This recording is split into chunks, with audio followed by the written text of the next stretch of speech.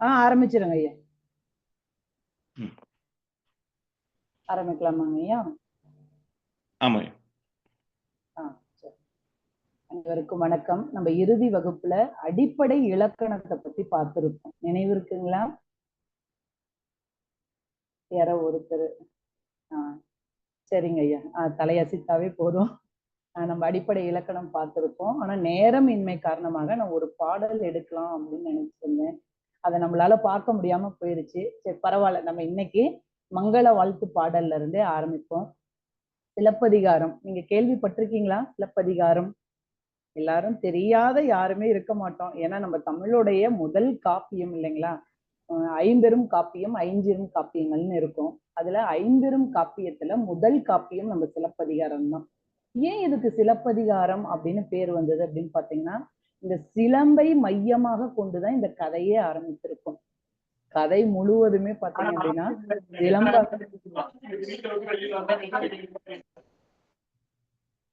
ஏதோ சொல்லி சரி சிலம்பை மையமாக வேற ஒருத்தங்க அன்மியூட் பண்ணிட்டு பேசிட்டாங்க. சரிங்க. சிலம்பை மையமாக கொண்டு இந்த கதை நம்ம முழுவதும் தொடர்வதனால இதுக்கு நம்ம சிலப்பதிகாரம் அப்படின்னு பேர் வந்திருக்கும். சரிங்களா? இந்த சிலப்பதிகாரம் எப்ப தோன்றுச்சு, இதோட ஆசிரியர் குறிப்பு என்ன அப்படின்றத பார்த்துட்டு நம்ம பாடலுக்கு போலாம். இந்த சிலப்பதிகாரத்துடைய ஆசிரியர் இளங்கோவடிகள். இவர் யாரு? ஏன் இவர் இவருக்கும் இந்த சிலப்பதிகாரத்திற்கும் என்ன தொடர்பு? சும்மா ஒரு குட்டிய ஒரு கதை மாதிரி பார்த்துட்டு நம்ம போலாம். இந்த இளங்கோவடிகள் பார்க்க பாருங்க எப்படி இருக்காரு. ஒரு முனிவர் போல, துறவரம் போல இருக்கிறாரு. ஆனா இவர் முனிவர் அல்ல, இவர் ஒரு மன்னர். ஏன் இவர் ஒரு துறவரம் மேற்கொண்டாரு அப்படின்னு பாத்தீங்கன்னா, நம்ம இந்த கதையை சொல்லிட்டு அப்புறம் போலாம். முதல்ல இவரோட பெற்றோரை பார்த்துருவோம். இந்த இளங்கோவடிகளுடைய பெற்றோர் யார் அப்படின்னா இமயவரம்பன் நெடுஞ்சேரலாதன், சேர மன்னர். அவருடைய அன்னை யார் அப்படின்னா நற்சோனை. இவருடைய இளவல், அதாவது சேரன் செங்குட்டுவன் அப்படின்றது இவருடைய அண்ணன். அண்ணனுடைய இளவலாக அழகாக தரித்தவர் தான் யார் அப்படின்னா இளங்கோவடிகள். இவர் ஒரு பெரிய மன்னனா இருந்துட்டு எதுக்காக துறவரம் மேற்கொள்றாரு அப்படின்னா, இவருடைய அரசவைக்கு ஒரு நிமித்தன் வராரு. நிமித்தன் அப்படின்னா நம்ம இப்ப எல்லாம் பாத்தீங்கன்னா குறி சொல்றவங்கன்னு சொல்லுவோம். நம்ம வீட்டுக்கே வழியெல்லாம் பாத்தீங்கன்னா இந்த சென்னையா இருக்கட்டும், நம்மளுடைய சொந்த ஊர் சைடு எல்லாம் பாத்தீங்கன்னா நிறைய குறி சொல்றவங்க வருவாங்க. பார்த்திருக்கீங்களா? கை கிளி ஜோசியம், அப்புறம் நம்ம கையை பார்த்து குறி சொல்றோமா அப்படின்ட்டு சொல்லிட்டு எல்லாம் வருவாங்க இல்லைங்களா? ஆனா அந்த காலத்துல நிறைய இருந்தாங்க. அப்படி மன்னனை பார்த்துட்டு மன்னன்ட்ட நல்ல செய்திகளை சொல்லிட்டு நம்ம பொருள் வாங்கிட்டு போலாம் அப்படின்றதுக்காக நிமித்தன் என்ன பண்றாரு, சேர மன்னனுடைய அரசவைக்கு வராரு. அப்படி வரும் பொழுது கை பார்த்து அப்படி சொல்லிக்கிட்டு இருக்கும் பொழுது இப்படி எல்லாம் நடக்கும், இதெல்லாம் நடக்கும், நீங்க பெரிய போர்ல வெற்றி பெறுவீங்க அப்படின்னு நல்லா சொல்லிக்கிட்டே வந்துட்டு இருக்காரு. கடைசியா போகும்போது என்ன சொல்றாருன்னா, அடுத்தது அரியணை ஏற போறது உங்களுடைய இளவல் தான் அப்படின்னு சொல்லிட்டு போயிடுறாரு. போற போக்குல ஒரு குண்டை தூக்கி போட்டு போறோம் இல்லையா? அப்படி இங்க என்ன சொல்லிடுறாருன்னா குடகோச்சேரல். இவருடைய இளங்கோவடிகளுடைய இன்னொரு பேர் என்ன அப்படின்னா குடகோச்சேரல்னு சொல்லுவோம். குடகோச்சேரல் இளவல் தான் அரியணை ஏறுவான் அப்படின்னு சொல்லிட்டு அவர் பாட்டுக்கு போயிடுறாரு. இதுல சேரன் செங்குட்டுவனுக்கு ஒரே வருத்தம். யாரா இருந்தாலும் இருக்கும் இல்லையா? அண்ணன் நான் இருக்கேன், என் தம்பிக்கு போய் அரியணை கிடைக்கும்னு சொல்லிட்டாங்களே அப்படின்னு ஒரு வருத்தம். அண்ணன் இப்படி வருத்தப்படுறாரு அப்படின்ட்டு நம்ம இளங்கோவடிகள் என்ன பண்றாரு, இந்த நிமித்தனுடைய சொல்லை பொய்யாக்கணும் அப்படின்னு சொல்லிட்டு துறவரம் மேற்கொண்டுட்டு எனக்கு இந்த அரச பதவியும் இந்த எந்த சுகபோகங்களும் எனக்கு வேண்டாம் அப்படின்னு சொல்லிட்டு என்ன பண்றாருன்னா துறவரம் மேற்கொண்டு அப்படியே போயிடுறாரு. அப்படி தன் நாட்டுடைய அரியணைகள் எல்லாம் விட்டுட்டு துறவரம் மேற்கொண்டு செல்கின்ற இடத்தில் ஒரு இடத்துல தங்கி இருக்கிறாரு. அப்படி தங்கி இருக்கும் பொழுதுதான் சில நிகழ்வுகளை காதார கேட்கிறாரு. இவருடைய சமயம் என்னன்னு பாத்தீங்கன்னா சமண சமயம். இவர் வாழ்ந்த ஆண்டு கிபி 2ஆம் நூற்றாண்டு. இந்த சீத்தலை சாத்தனார் இங்க எதுக்கு வர்றாரு அப்படின்னா இவரோட சமகால புலவர் அப்படின்னு சொல்றோம். இந்த சீத்தலை சாத்தனாருக்கு தான் சிலப்பதிகாரம் தோன்றுவதற்கு பெரும் பங்கு இருக்கு. ஏன் அப்படின்னா இந்த சீத்தலை சாத்தனாரும் சேர நாட்டில் வாழ்ந்தவர் தான். அப்படி இவரும் இவருடைய அண்ணன் அரியணை ஏறிக்கிறாரு. யாருன்னா சேரன் செங்குட்டுவன் பதவி ஏத்துக்கிறாரு. இப்ப எப்படி நம்மளுக்கு முதலமைச்சர் மாதிரி நம்மளுடைய நாட்டை ஆள்கின்ற பொறுப்பு கிடைக்கிறோ அது போல சேர நாட்டின் அடுத்த மன்னனாக சேரன் செங்குட்டுவன் முடிசூடிக் கொள்கிறார். இந்த நிகழ்வு நடந்து சேர மன்னனும் நம்ம சீத்தலை சாத்தனாரும் மலைவளம் காண்பதற்காக இருவரும் இணைந்து போறாங்க. அப்படி போகிட்டு இருக்கும் பொழுது மலைவாழ் மக்கள் அனைவரும் கூடி கூடி கூடி கூடி ஏதோ ஒரு நிகழ்வை பத்தி பேசிக்கிட்டே இருக்கிறாங்க.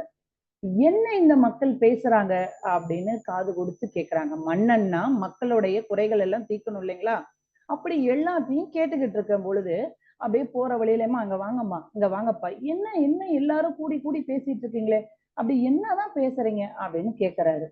அப்படி அவங்க கூடி பேசும் பொழுது அவங்கள கூப்பிட்டு கேட்கும் பொழுது அவங்க சொல்றாங்க, ஐயா இப்பதான் இங்க ஒரு பத்தினி தெய்வம் இந்த மேல இந்த நம்ம சொல்லுவோம் இப்ப திருச்செங்கோடுன்னு சொல்றோம் இல்லைங்களா, திருசெங்குன்றம் அந்த மழையுடைய உச்சியில ஒரு வேங்கை மரம் அப்படியே மஞ்சள் கலர்ல பூத்து குலுங்குது. அந்த மரத்து நிழல்ல ஒரு பெண் வந்து தன்னுடைய ஒரு பக்க மார்போட நின்னுட்டு அழுது புலம்பிட்டு இருந்தாங்க. அப்பொழுது வானவர்கள், அதாவது தேவருடைய தலைவனான இந்திரன் என்ன பண்ணாருன்னா, வான ஊர்தியில வந்து அந்த பெண்ணுடைய கணவரை காட்டி அந்த பெண்ணையும் அழைத்து கொண்டு போயிட்டாரு அப்படின்னு சொல்றாங்க. அப்படியா? என்ன நடந்திருக்கும் அந்த பொண்ணுக்கு? என்ன கஷ்டம், என்ன துன்பம் அப்படி வந்திருக்கும்? இவ்வளவு அலங்கோலமா, இவ்வளவு ஒரு பத்தினி பெண் இவ்வளவு கஷ்டத்துல இருந்திருக்காங்களா அப்படின்னு கேட்க ஆரம்பிக்கிறாரு. அப்ப அந்த கதைகள் எல்லாமே அங்கங்க மதுரையில என்ன நடந்தது, அந்த பெண் எப்படி வாழ்ந்தாள், அதாவது ஒரு மன்னன் வீட்டில் பிறந்த பெண் கூட அவ்வளவு செல்வ செழிப்பா வாழ்ந்திருக்க மாட்டாங்க. அந்த அளவுக்கு வாழ்ந்தவள் தான் யாருன்னா கண்ணகி. அவளுடைய அந்த பாதத்தை நிலமகள் அறிந்திடாள் அப்படின்னு சொல்லுவாங்களாம். ஏன்னா அவளுடைய பாதம் நிலத்திலேயே படலியாம், அந்த அளவுக்கு வளர்த்திருக்கிறாங்க. அப்படியாப்பட்ட பெண் கல்லும் முள்ளும் அவ்வளவு கஷ்டங்கள் நிறைந்த அந்த பாதைகளில் பயணம் செஞ்சு மதுரை அடையிறாங்க. அப்படி அடைந்துதான் அவங்களுக்கு நிம்மதி இருக்கா? இல்ல. அங்க தன்னுடைய கணவன் கொலைப்படுகிறான். இத கேட்டுட்டு மதுரவே எரிச்சிட்டு என்ன பண்றாங்க, எங்க போறதுன்னே தெரியல, அலைந்து திரியிறாங்க எல்லா வீதிகள்லயும். 14 நாட்களுக்கு அப்புறம் என்ன ஆகுது, அப்படியே சேர நாட்டின் பயணம் செஞ்சு வந்து திருசெங்குன்றம் அப்படின்ற மலை மீது நின்று தன் கணவனுடன் எங்க வானுலகம் சென்று விடுகிறார்கள். இது பெரிய கதை. கதை சுருக்கம் அப்படின்னு பார்த்தோம்னா நம்மளுக்கே ஒரு பாவம் வரும். அந்த அளவுக்கு இந்த பெண் ஒரு பெண்ணுக்கு இவ்வளவு கஷ்டங்கள் இருக்குமா அப்படின்ற அளவுக்கு நமக்கு தோணும். அவ்வளவு ஒரு செல்வ செழிப்பா 12 வயதுல திருமணம் நடக்கும். கோவலனுக்கு 16 வயது, இவங்களுக்கு 12 வயதுதான். அழகா சொல்லுவாரு அத. திருமணம் என்ன ஒரு நிகழ்வையும் கண்டிராத அந்த பெண் திருமணம் செய்யறாங்க. நல்ல வழியா வாழ்க்கை போய்கிட்டு இருக்குது. இப்படி வாழ்க்கை போய்கொண்டே இருக்கும் பொழுது ஆடல் மங்கையான நம்மளுடைய மாதவி இடையில வராங்க. சரிங்களா? ஏன் அப்படின்னா கோவலனுக்கு கலைகள் மீது ரொம்ப ஆர்வம். அதனால ஆடல் மங்கை மீது மோகம் கொள்கிறான். அவங்க கூடயே வாழ்றான். நம்ம கண்ணகிய மறந்தே விடுறான். கண்ணகி ரொம்பவும் ரொம்ப சோகத்துல இருக்கிறாங்க. தன்னுடைய மலை போன்ற செல்வங்கள் அனைத்தையுமே இழந்துடுறான். ஏன் அப்படின்னா மாசாத்துவானும் மாநாயக்கன் அப்படின்ற இருவருமே பெரும் வணிகர்கள். மாசாத்துவானுடைய மகன் தான் கோவலன், மாநாயக்கனுடைய மகள் தான் கண்ணகி. இருவரும் இணைந்து மனமுறதான் திருமணம் செய்திருக்கிறார்கள். என்ன பண்றது, வாழ்க்கையுடைய அந்த பாதை திரும்புகிறது. அப்பொழுது ரொம்பவும் பணம் மலை போல ஒரு குன்று போல இருந்த செல்வத்தை அனைத்தையும் மாதவியிடம் இழந்துடுறான். இருவரிடையும் சில ஊழல்கள் நடைபெற்று மீண்டும் திரும்பி கண்ணகியிடம் வரான். நம்ம என்ன புறப்படு, நம்ம இழந்த செல்வத்தை எல்லாம் மீட்டு வரலாம் என்று சொல்றான். உடனே நம்ம எதுவுமே கேட்கல. ஆனா இதுலயுமே நம்மளுடைய இளங்கோவடிகள் சொல்லியிருப்பாரு, திரும்பி நம்மளுடைய மாதவியிடம் இருந்து கண்ணகியிடம் வரும் பொழுது அவ எதுவுமே கேட்கல. ஓ, மீண்டும் பணம் தான் வேணுமாட்டிருக்கு. வீட்டுல இருந்த பொருள் எல்லாமே முழுவதுமே எடுத்துட்டு போயிட்டாரு நம்ம கோவலன். அப்ப ஐயோ, கணவனுக்கு கொடுக்க எந்த பணமுமே இல்லையென்று தன்னுடைய கார் சிலம்பையே அப்ப கழட்டி தராங்களாம். இந்தாங்க, இதை கொண்டு போய் நீங்க மாதவியிட்ட கொடுங்க அப்படின்ட்டு. அப்பதான் அவனுக்கே ஒரு மாதிரி அந்த இடத்துல ஒரு நெருடல் ஏற்படுதான். வேண்டாம், இந்த காற்சிலம்பையே முதலீடா வைத்து இழந்த செல்வத்தை மீட்போம் வா அப்படின்னு சொல்லி தன்னுடைய கணவனோட அழைத்த உடனே மனைவி என்ன பண்றாங்களா, எந்த பேச்சும் கேட்கல. எங்க போறோம், நம்மள வந்து எங்கேங்க போறோம், என்ன வாங்க போறோம் அப்படின்னு கேட்போம். அந்த அம்மா எதுவுமே கேட்கல. மறுபேச்சு பேசாம இரவோடு இரவா கண்ணகியை கூட்டிக் கொண்டு செல்கிறார்.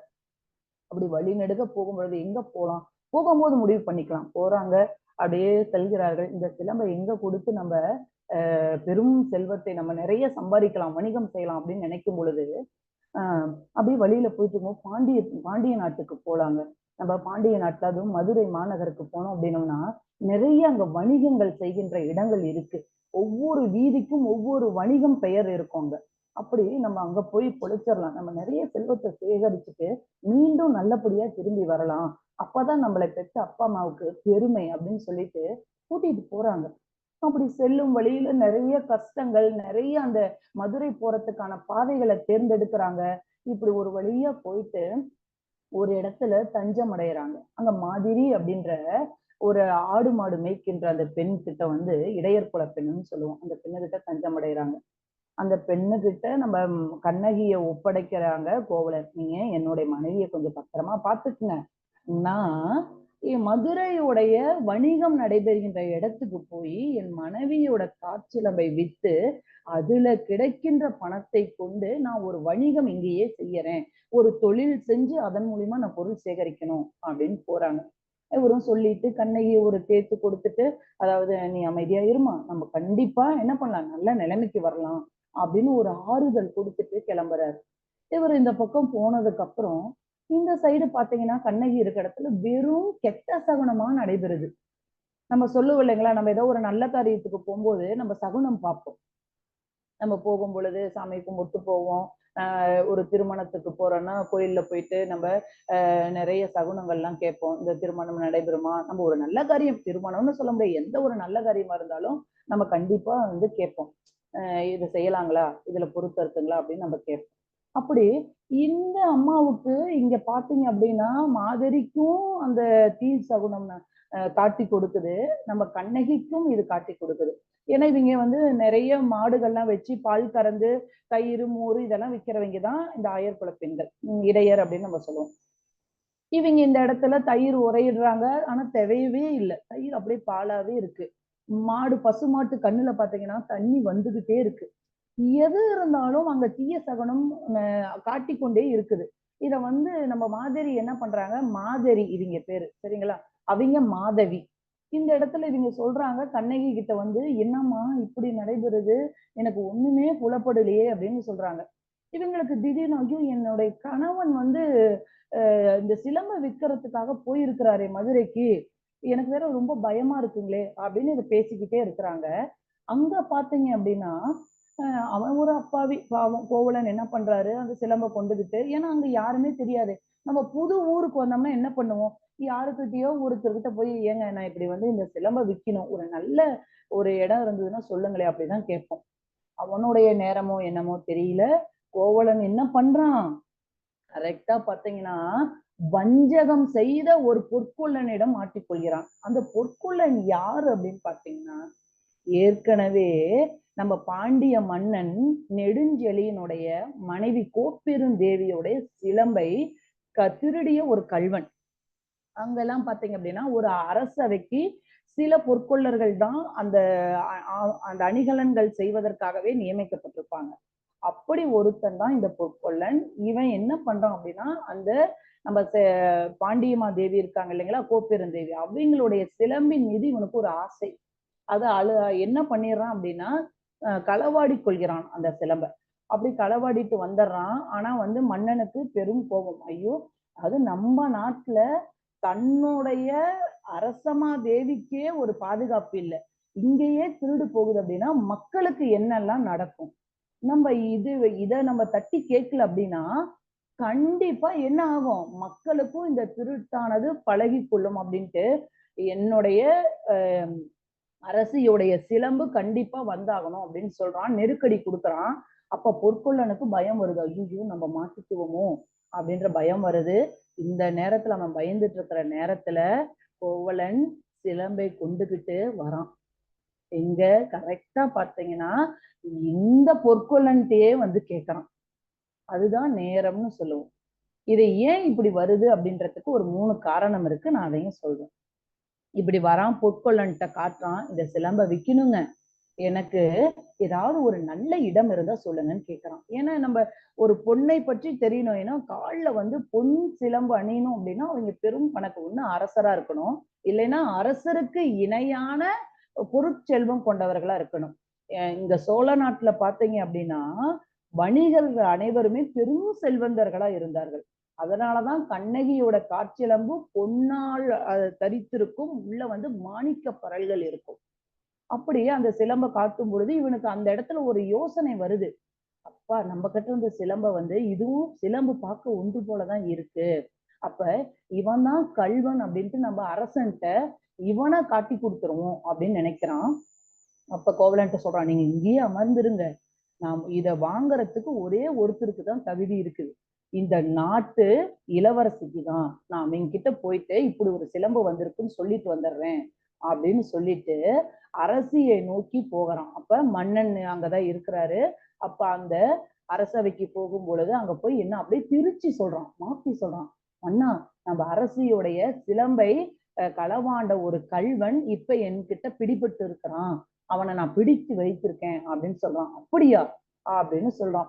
அப்ப அவனுக்கும் சில சங்கடங்கள் ஏற்பட்டு கொண்டிருக்கின்றது. ஆடலவையில் நம்மளுடைய பாண்டிய மன்னன் ஆடலை கண்டு கொண்டிருக்கிறான். அதில் மெய் மறந்து இருப்பதனால நம்ம கோப்பெருந்தேவி மன்னன் மீது கோபம் கொண்டு எழுந்து தன்னுடைய அவைக்கு செல்கிறார்கள். அப்படி செல்லும் பொழுது மன்னனுக்கு சட்டுன்னு அது புரியுது. அப்போ தன்னுடைய அரசமா தேவியை சமாதானம் செய்வதற்காக சென்று கொண்டிருக்கின்ற வேளையில் இவன் குறுக்க வந்துடுறான். அப்ப மன்னனுக்கு என்ன பண்றது, நம்ம என்ன பேசுறோன்னே புரியாம என்ன பண்றான், அந்த கல்வனை கொன்று சிலம்பை கொண்டு வா அப்படின்னு சொல்லிடுறான். நம்ம சொல்லுவோம் இல்லைங்களா, இட்டு இன்னுதான், கொன்று கொண்டு அப்படின்னு நம்ம சொல்லுவோம். கொண்டுன்ற இடத்துல கொண்டுன்னு சொல்லிடுறாரு. அப்ப என்ன பண்றதுன்னு தெரியல. அப்ப இதுதான் சாக்குன்னு அவனுக்கு அந்த இடத்துல நல்ல நேரமா போயிருச்சு. யாருக்கு அப்படின்னா நம்மளுடைய பொற்கொள்ளனுக்கு. 2 காவலர்களை கூட அனுப்புறாரு. போனவங்க விசாரிக்கவே இல்லை. இப்போ ஒரு மன்னன் அப்படின்னா அது சரியா தப்பான்னு விசாரிக்கணும். இப்போ ஒரு குற்றவாளி இருக்கான் அப்படின்னா நீ செஞ்சையா நீ செய்யலையா அப்படின்னு விசாரிக்கணும். ஆனா அந்த இடத்துல அதான் ஊழ்வினை பயன் அப்படின்னு சொல்லுவாங்க. அவருக்கு அது தோணவும் இல்லை, அங்க இருந்த வாயு காவலர்கள் விசாரிக்கவும் இல்லை. அந்த காவலர்கள் போன உடனே கோவலனை கொன்றுவிட்டு சிலம்பை கொண்டு வந்து விடுகிறார்கள். இத கேள்விப்படுறாங்க. இதே நிமித்தம் அங்க நிகழ்ந்து கொண்டிருக்கிறது. எங்க அப்படின்னா கண்ணகிக்கும் தீய சகுனங்கள் காட்டி கொண்டிருக்கின்றது. என்ன பண்றதுன்னே இந்த அம்மாவுக்கு தெரியல. இங்க கொலைகளப்பட்டு கீழே விழுந்து கிடக்கிறான் கோவலன். இந்த இடத்துல இந்த செய்தியானது அப்படியே கண்ணகியின் காதுக்கு சென்று அடையுது. அந்த அம்மா பெரும் சினம் கொண்டுக்கிறாங்க. அப்படியே தலைவீதி கோலத்துல கண்ணுல நீரோட அப்படியே பார்க்கவே ஒரு தாலி போல தெரிந்தார்களாம். என்ன இந்த இந்த பெண்ணா இது, ஒரு பெண் என்றால் அந்த ஒரு நளினம் ஒரு நாணம் எதுவுமே இல்லையே, ஒரு பத்திரகாளி போல இருக்காங்களாம். நடந்து வராங்க, தன்னுடைய மீதம் இருக்கிற ஒரு சிலம்பையும் கையில் கொண்டுகிட்டு நம்மளுடைய பாண்டிய மன்னனின் அவை நோக்கி வராங்க. வாயிற்காவலன் தடுக்கிறான். அவனையும் ஏக வசனங்களால் பேசி விட்டு போய் உன் மன்னனிடம் சொல்லு, சரியா, இப்படி ஒரு பெண் வந்திருக்கேன்னு சொல்லு அப்படின்னு சொல்றாங்க. அவனும் போய் சொல்றான், சரி உள்ள வர சொல்லு அப்படின்றாங்க. ஆனா உண்மையிலேயே பாண்டிய மன்னன் ரொம்ப அருமையான மன்னன் தான், நீதி வலுவாதவன் தான். இந்த இடத்துலதான் ஊழ்வினை பயன் வந்துருச்சு. வரான், கல்வன் இல்லையா, கல்வனை என்னமா செய்ய முடியும், கொலைதானே செய்ய முடியும், திருட்டு தப்பு இல்லையா அப்படின்னு சொல்றான்.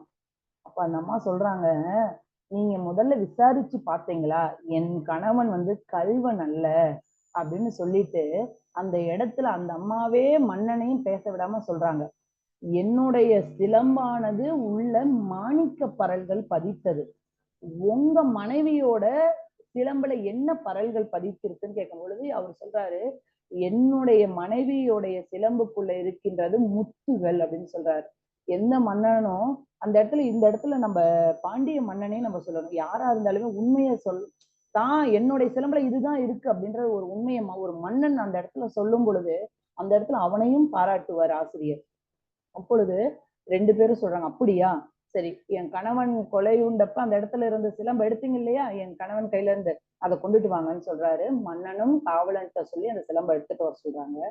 முன்னாடி வைக்கிறாங்க, மன்னன்கிட்ட கொண்டு வந்து நின்னுட்டாங்க. மன்னன் வந்து கண்ணகி முன்னாடி வைக்கிறாரு. கண்ணகி அந்த சிலம்பை எடுத்து உடைக்கிறாங்க, வேகமா கீழே போடுறாங்க. அதுல இருந்து மாணிக்க பரல்கள் சிதறுது. அது ஒண்ணு போய் நம்மளுடைய அந்த பாண்டிய மன்னனின் உதட்டின் மீது அடிக்குதான். அதை அடித்த உடனே அவருக்கு என்ன பண்றதுன்னே தெரியல. ஏன்னா அது வந்து மாணிக்க பரல் அப்படியே அடித்து கீழே விழுகுதான். மன்னனுக்கு அப்படியே தலையெல்லாம் சுத்துது, இருளுது, அப்படியே உலகமே இருளுது. ஐயோ, என்னுடைய முன்னோர்கள் இதுவரைக்கும் காத்து கட்டி வைத்திருந்த நீதியை நான் கொன்று விட்டேன். இதுவரைக்கும் இப்படி ஒரு பாண்டிய மன்னன் அப்படின்னா என்னுடைய வம்சாவளிகள் அனைவருமே நல்லதை மட்டுமே செய்தவர்கள், நீதியை மட்டுமே புகட்டினார்கள். ஆனா என்னோட என் வம்சம் அழிந்து விட்டதே அப்படின்னு புலம்பி அதே இடத்துல அரியணையில இருந்து கீழே விழுந்து உயிரை விட்டுறாரு. இத பார்த்த நம்ம பாண்டியமாதேவி, அதாவது கோப்பெரும் தேவியும், கணவன் இழந்து விட்டானே, நம்ம கணவனும் அந்த இடத்துல இழந்து கணவனும் இறந்து விட்டதை அறிந்த உடனே அந்த அம்மாவும் தன்னுடைய அந்த அரசன் காலில் விழுந்தே உயிரை நீத்தர்றாங்க. ஆனா மயங்கிதான் இருக்காங்களோ அப்படின்னு நினைச்சிட்டு கண்ணகி பெரும் வசனம் எல்லாம் பேசுறாங்க. நான் வந்து உங்களை உங்க உங்க ஆட்சியவே நான் சும்மா விட மாட்டேன், உங்களுடைய ஆட்சி இருந்ததுக்கே அடையாளம் தெரியாம மாத்துறேன் அப்படின்னு சொல்லிட்டு கோவம். ஏன்னா தன் கணவனை இழந்துட்டாங்க. என்ன பண்றாங்க, மதுரையோட ஒவ்வொரு வீதிகளையும் நான் உண்மையான பத்தினியா இருந்தேன் அப்படின்னா இந்த மதுரை தீக்கு இரையாகட்டும் அப்படின்னு சொல்லிடுறாங்க. அப்ப அந்த மதுரையை காப்பாற்றுகின்ற அந்த காவல் தெய்வமான மதுராபதி வந்து கண் முன்னாடி தோன்றுது. கண்ணகி கண் முன்னாடி தோன்றி என்ன சொல்லுது அப்படின்னு பாத்தீங்கன்னா, கண்ணகி நீ செய்வது தவறு. ஏன் நான் சொல்றேன் அப்படின்னா, நீ உன் கோபத்துல உன் கணவனை இழந்ததுக்காக தான் செய்யற. இது ஊழ்வினை பயனாக தான் நடந்தது. ஏன் அப்படின்னா, உன்னுடைய கணவன் போன பிறவியில் இதே தீங்கை சங்கமன் நீலி என்ற குடும்ப வணிகத்திற்கு செய்தான். அந்த நீலியானவள் இறக்கும் முன்பு விட்ட சாபம் தான் உங்களுக்கு இப்ப இருக்கு. நான் என்ன வேதனை படுகின்றேனோ என்னுடைய வேதனைக்கு காரணமான அவர்களும் படட்டும் அப்படின்னு ஒரு சாபம் விட்டிருப்பாங்க. அது உள்ள ஒரு கிளை கிளை கதையா போகும். அந்த சங்கமனுக்குன்னு ஒரு கதை இருக்கு. அந்த அதுவும் இன்னும் நீட்டித்துட்டு போனோம்னா அது இன்னும் பெருசா இருக்கும். அதனால சுருக்கமா சொல்லிடுறேன். இந்த சாபத்தின் காரணமாகத்தான் உங்களுக்கு இப்படி ஒரு அநீதி நடந்திருக்குன்னு சொல்றாங்க. கொஞ்சம் அப்பதான் அவங்க என்ன பண்றாங்க, தன்னுடைய நிலைக்கு திரும்பி அப்ப சொல்றாங்களாம், அப்பயுமே ஒரு வரைமுறையை கடைபிடித்துதான் தீக்கு இரையாகணும்னு சொல்றாங்க. பெண்களை விட்டுருங்க, குழந்தைகளை விட்டுருங்க, பத்தினிகளை விட்டுருங்க, அதே போல பசு, இது எல்லாமே தீ எதுவும் பண்ணக்கூடாது அப்படின்னு சொல்லிதான் அந்த தீக்க மதுரையை இரையாக்குறாங்க. கண்ணகி மதுரையை எரித்தாள் அப்படின்னு சொல்றோம் இல்லைங்களா. அதுக்கப்புறம் தன்னுடைய ஒரு பக்க முளையை என்ன பண்றாங்க, கிள்ளி எரிந்துதான் மதுரை வந்து எரியட்டும்னு சொல்லுவாங்க. அந்த பெண்ணுக்கு என்ன பண்றதுன்னே தெரியல. இரவும் பகலும் மேடும் பள்ளமும் எதுவுமே தெரியாம நடந்து போய்கிட்டே இருக்குது அந்த பெண்ணு. அப்படி போகும் பொழுது கடைசியா எங்க போய் சேருது, சேர நாட்டுடைய அந்த திருச்செங்குன்றம் அப்படின்ற மலை மீது ஏறி நிக்குது. அங்க அந்த பொங்கை மர நிழலில், பூத்து குலுங்கும் மர நிழலில் நின்று கண்ணீர் வடியுது அந்த பொண்ணுக்கு. அப்படியே அந்த பொண்ணால என்ன பண்றதுன்னே தெரியல. அப்படி வடிந்து கொண்டிருக்கும் பொழுதுதான் 14 நாட்களுக்கு அப்புறம் அப்பதான் தேவர் அந்த இந்திரனானவர் தன்னுடைய கோவலன்ற அந்த கணவன் இறந்துட்டார் இல்லையா, அவரை அந்த அமரர் வடிவத்துல, அது ஒரு தேவருடைய வடிவத்துல, மனிதனா இனிமே அவன் உனக்கு காட்சி தரமாட்டான் அப்படின்னு அப்ப மதுராபதியே சொல்லிருச்சு. காவல் தெய்வமே, உனக்கு இனிமே அவன் மனிதன் வடிவத்துல காட்சி தரமாட்டான், தேவர் வடிவத்துலதான் உன் கண் முன்னாடி வருவான்னு சொல்லிருது. அப்படி வானுலகத்துல இருந்து வான ஊர்தியில வராங்க, இந்த அம்மாவையும் கூட்டிட்டு போயிடுறாங்க. இந்த செய்தியை எல்லாம் தெரிஞ்சுக்கிறாரு யாரு, சீத்தலை சாத்தனார். இவரு தெரிந்து கொண்டு இவரு என்ன பண்றாரு, மலைவளம் காணதுக்கு அப்புறமேலு நம்ம போவோம் இல்லையா, நம்ம எங்கேயாவது வெளியில போயிட்டு வீட்டுக்கு போறோம் இல்லையா, அப்படி மலைவளம் முடிந்த பிறகு தன் நாட்டிற்கு திரும்பும் பொழுது, சேர நாட்டிற்கு திரும்பும் பொழுது, சரி இப்ப சேரன் செங்குட்டுவன் கூட போயிட்டு காட்டு வளத்தெல்லாம் பார்த்துட்டோம், இப்ப நம்ம போறதும் போறோம், அப்படியே இளங்கோவடிகளையும் ஒரு சந்திச்சுட்டு போயிருமே அப்படின்னு நினைக்கிறாரு. அவர் குணவாயூர் கோட்டத்துல தங்கி இருக்கிறாரு. இவரு போறாரு. அப்ப இளங்கோவடிகளை சுத்தியும் ஒரு மலைவாழ் மக்கள் ஒரு 5-6 பேர் உட்காந்துக்கிட்டு ஏதோ சொல்ல போறாங்க. இவரை பார்த்தோன்னே, வாங்க வாங்க வாங்க சீத்தலை சாத்தனார் வாங்க, இப்பதான் மலைவாழ் மக்களை பார்த்தோம், அவங்க ஏதோ சொல்ல ஆரம்பிச்சாங்க, அதுங்காட்டி நீங்க வந்துட்டீங்களே, சரி வாங்க என்னன்னு கேட்போம் அப்படின்னு சொல்லும் பொழுது இந்த கதையும் அந்த கதையும் ஒற்றுமையா இருக்கு. ஆமா அப்படின்னு சொல்றாரு. இதை நாங்களும் சேரன் செங்குட்டுவன் கூட மலைவளம் பார்க்க போகும் பொழுது நானும் இதை தெரிஞ்சுக்கிட்டேன் அப்படின்னு சொல்றாரு. அப்படியா அப்படின்னு இந்த பொண்ணுடைய வாழ்ந்த பிறப்பு, அந்த பொண்ணு எங்க வாழ்ந்து இதெல்லாம் தெரியுமா அப்படின்னு எல்லாம் கேட்கிறாரு ஆர்வத்துல. அப்ப ஆமா, அவருடைய கணவன் எப்படி இருந்தான்னு தெரியுமா? ஆமா. உங்களுக்கு எப்படி தெரியும்? இது ஏன் அப்படின்னா ஊழ்வினை பயன் அப்படின்னு சொல்ல ஆரம்பிக்கிறாரு. இந்த ஊழ்வினை பயனை பத்தி உங்களுக்கு எப்படி தெரியும் அப்படின்னு எல்லாம் கேட்கிறாரு இளங்கோவடிகள். நான் அந்த இடத்துல மதுரையில தான் இருந்தேன். அப்ப இரவு நேரம் நான் உறங்கி கொண்டிருந்தேன். ஏதோ ஒரு அரவம் கேட்பது போல எனக்கு இருந்தது. என்ன என்று எழுந்து பார்க்கும் பொழுது இருட்டுல முகம் தெரியல, ஆனா குரல் மட்டும் கேட்டுச்சு. மதுராபதி தெய்வமும் கண்ணகியும் உரையாடி கொண்டிருந்தது மட்டும் எனக்கு தெரிந்தது. அதனாலதான் எனக்கு இந்த கதை தெரிந்ததுன்னு சொல்றாரு. அப்போ ஒவ்வொன்னா சொல்ல ஆரம்பிக்கிறாரு. இந்த இந்த இந்த கதையை, இந்த பெண்ணோட, இந்த பட்டினி தெய்வத்தோட கதைய நம்ம ஒரு காப்பியமா எழுதுனா என்ன அப்படின்னு ஒரு அவா எழுகுது. அது முதல்ல எழுந்தது சீத்தலை சாத்தனாருக்கு தான். ஆனா இவர் என்ன பண்றாருன்னா ஒரு பெருந்தன்மையா சொல்றாரு இளங்கோவடிகளை. இதை நீங்க எழுதுறீங்களா அப்படின்னு கேட்கிறாரு. ஆனா இவருக்குதான் எழுதணும்னு ரொம்ப ஆசை. சரி, எப்படியும் இளங்கோவடிகள் ஒத்துக்க மாட்டாரு. ஏன் அப்படின்னா அவர் சேர மன்னன். ஆனா இந்த கதை 3 நாட்டையும் தொடர்புடையதா வருது. அதனாலதான் முத்தமிழ் காப்பியம் நம்ம சொல்லுவோம். 3 நாட்டும், அதான் 3 முடிவுரை வேந்தர்களையும் சொல்வதாக தான் இருக்கும். ஏன் அப்படின்னா இந்த பெண்ணு பிறந்தது புகார்ல. புகார்ன்றது எந்த நாட்டுடைய தலைநகரம்? சோழர். சரிங்களா? அடுத்தது தன்னுடைய கணவன் கொலைப்பட்ட இடம் மதுரை. அது எந்த நாடு? பாண்டிய நாடு.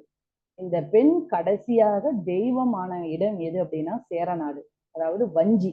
வஞ்சியுடைய மலை குன்றுல இருந்துதான் இந்த பெண்ணானவள் வானுலகம் செல்கிறார். அதனால கண்டிப்பா இவர் செய்ய மாட்டார், எழுத மாட்டார். இந்த சான்ஸ் நமக்கு தான் கிடைக்கும்ட்டு ஒரு மனதுக்குள்ள ஒரு ஆசை இருக்கு. ஆனா இளங்கோவடிகள் சட்டுன்னு என்ன சொல்லிடுறாரு, நான் கண்டிப்பா கடவுளுடைய அனுகிரகம் இருந்ததுன்னா நான் கண்டிப்பா எழுதுறேன். எனக்கு இந்த பெண்ணுடைய கதையை பிற்காலத்தில் வருபவர்கள் கண்டிப்பா தெரிஞ்சுக்கணும். அதுக்கு எனக்கு ஒரு வாய்ப்பு இருக்குதுன்னா நான் கண்டிப்பா செய்யறேன் அப்படின்னு சொல்றாரு. இவருக்கு கொஞ்சம் வருத்தம் தான், இருந்தாலும் வெளியில காட்டிக்கல. சரி, அப்படியே ஆகட்டும்னு சொல்றாரு. அப்ப இளங்கோவடிகள் என்ன பண்றாரு, நம்மளுடைய இதுக்கு என்ன பேர் கொடுக்கலாம் அப்படின்னு நினைக்கிறாரு. சிலம்ப மையமா கொண்டுதான் இந்த கதை ஆரம்பிக்குது. கண்டிப்பா நம்ம இதை சிலப்பதிகாரம்னே கொடுத்துருவோம் அப்படின்னு சொல்லி ஆரம்பிக்கிறாரு.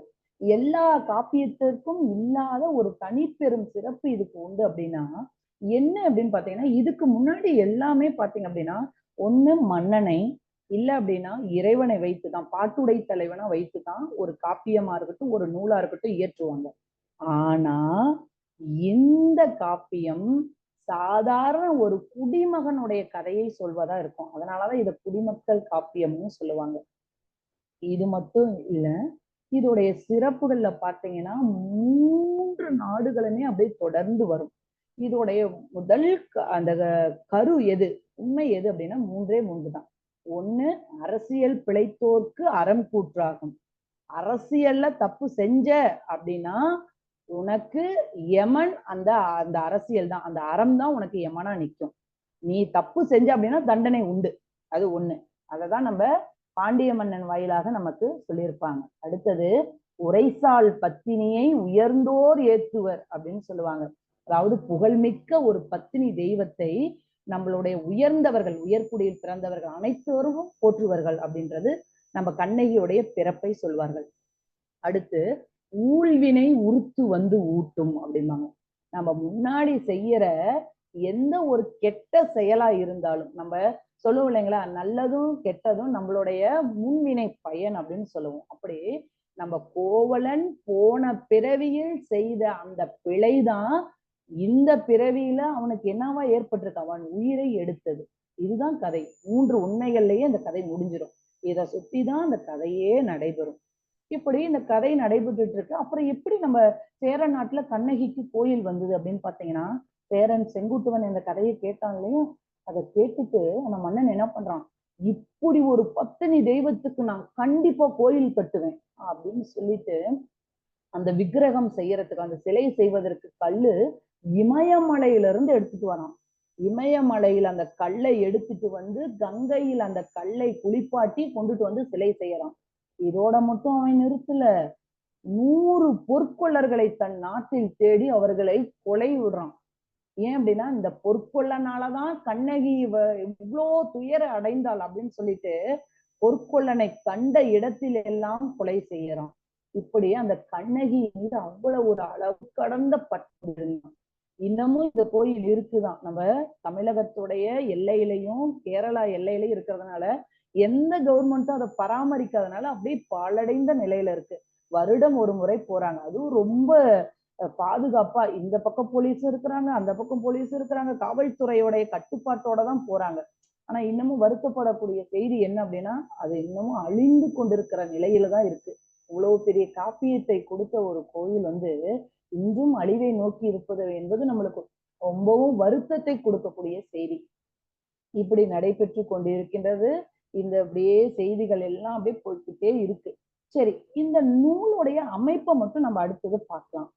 அடுத்து பாத்தீங்கன்னா, இந்த சிலப்பதிகாரம் சொல்லும் பொழுது இதோடைய நூல் எப்படி இருக்கும், இதுல எத்தனை பாடல்கள் இருக்கும், இதோட பிரிவுகள் என்ன அப்படின்னு பாத்தீங்கன்னா, இந்த சிலப்பதிகாரத்தை நம்ம இரட்டை காப்பியங்கள்ல ஒன்றுன்னு சொல்லுவோம். ஐம்பெரும் காப்பியங்கள் அப்படின்னா சிலப்பதிகாரம் தான் முதல் காப்பியம்னு சொல்லுவோம். அடுத்து மணிமேகலை, சீவக சிந்தாமணி, வளையாபதி, குண்டலகேசி, இந்த ஐந்தும் ஐம்பெரும் காப்பியம்னு சொல்லுவோம். இந்த ஐம்பெரும் காப்பியத்துல சிலப்பதிகாரத்தையும் மணிமேகலையும் தான் இரட்டை காப்பியம்னு சொல்லுவோம்.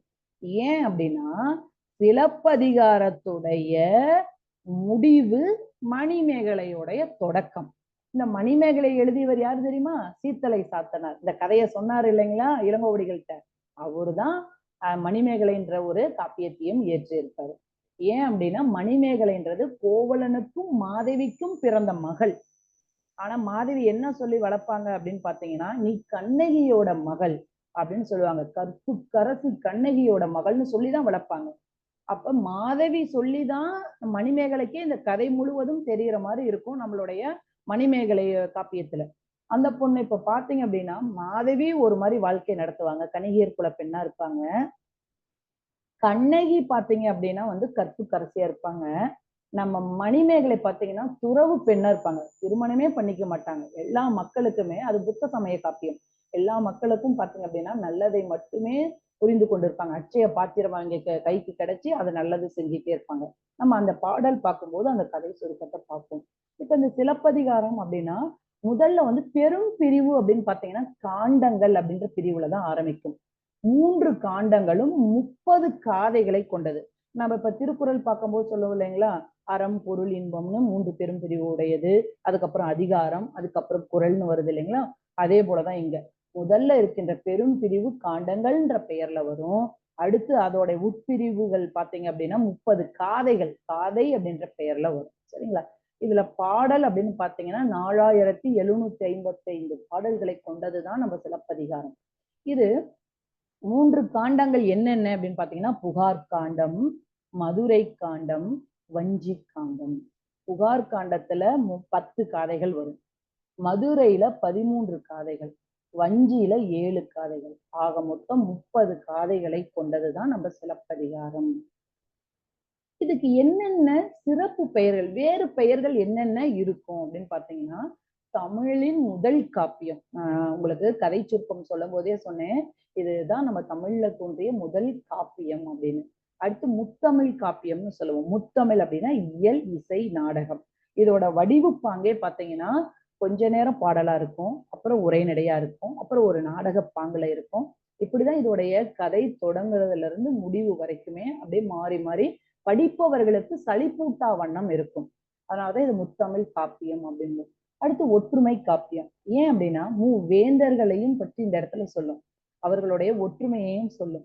அடுத்து மூவேந்தர் காப்பியம்ன்ற பேரும் இருக்கு. அடுத்து முதன்மை காப்பியம், முதல் காப்பியம்னு சொல்றோம் இல்லையா, அதுதான் முதன்மை காப்பியம்.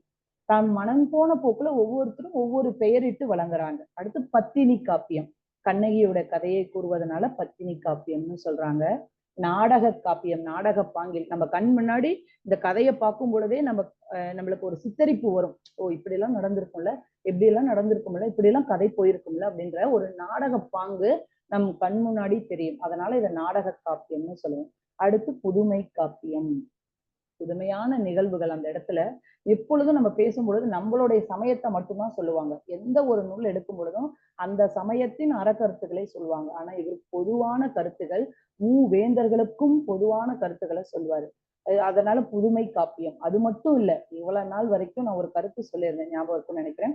அதாவது இவ்வளோ புத்தகத்தையும் ஒரு காப்பியம் ஏற்றும் பொழுதும் அதோடைய பாட்டுடை தலைவனா யாரு இருப்பாங்க அப்படின்னு பாத்தீங்கன்னா இறைவன் அல்லது மன்னன் தான் இருப்பாங்க. ஆனா இந்த காப்பியத்துலதான் ஒரு குடிமகனை தலைவனாக கொண்டு அமைத்திருப்பார்கள். அதனால இதை புதுமை காப்பியம் அப்படின்னு அழைக்கலாம், குடிமக்கள் காப்பியம்னு சொல்லுவாங்க. சரி, இதுல மங்கள வாழ்த்து பாடல் தான் புகார் காண்டத்துடைய முதல் பாடல். மங்கள வாழ்த்து பாடல் தான் நம்ம ஒரு 3 பாடலை மட்டும் பார்க்க இருக்கிறோம். சரிங்களா? பாருங்க, ஏன் மங்கள வாழ்த்து பாடல்கள்ல ஏன் இயற்கையை மட்டும் போற்றுறாங்க அப்படின்னா, அந்த காலகட்டத்துல இயற்கையை தான் முதல்ல வழிபடுவார்கள். இயற்கை தான் தெய்வமாகவும் அந்த காலகட்டத்துல இருந்தே போற்றப்படுது.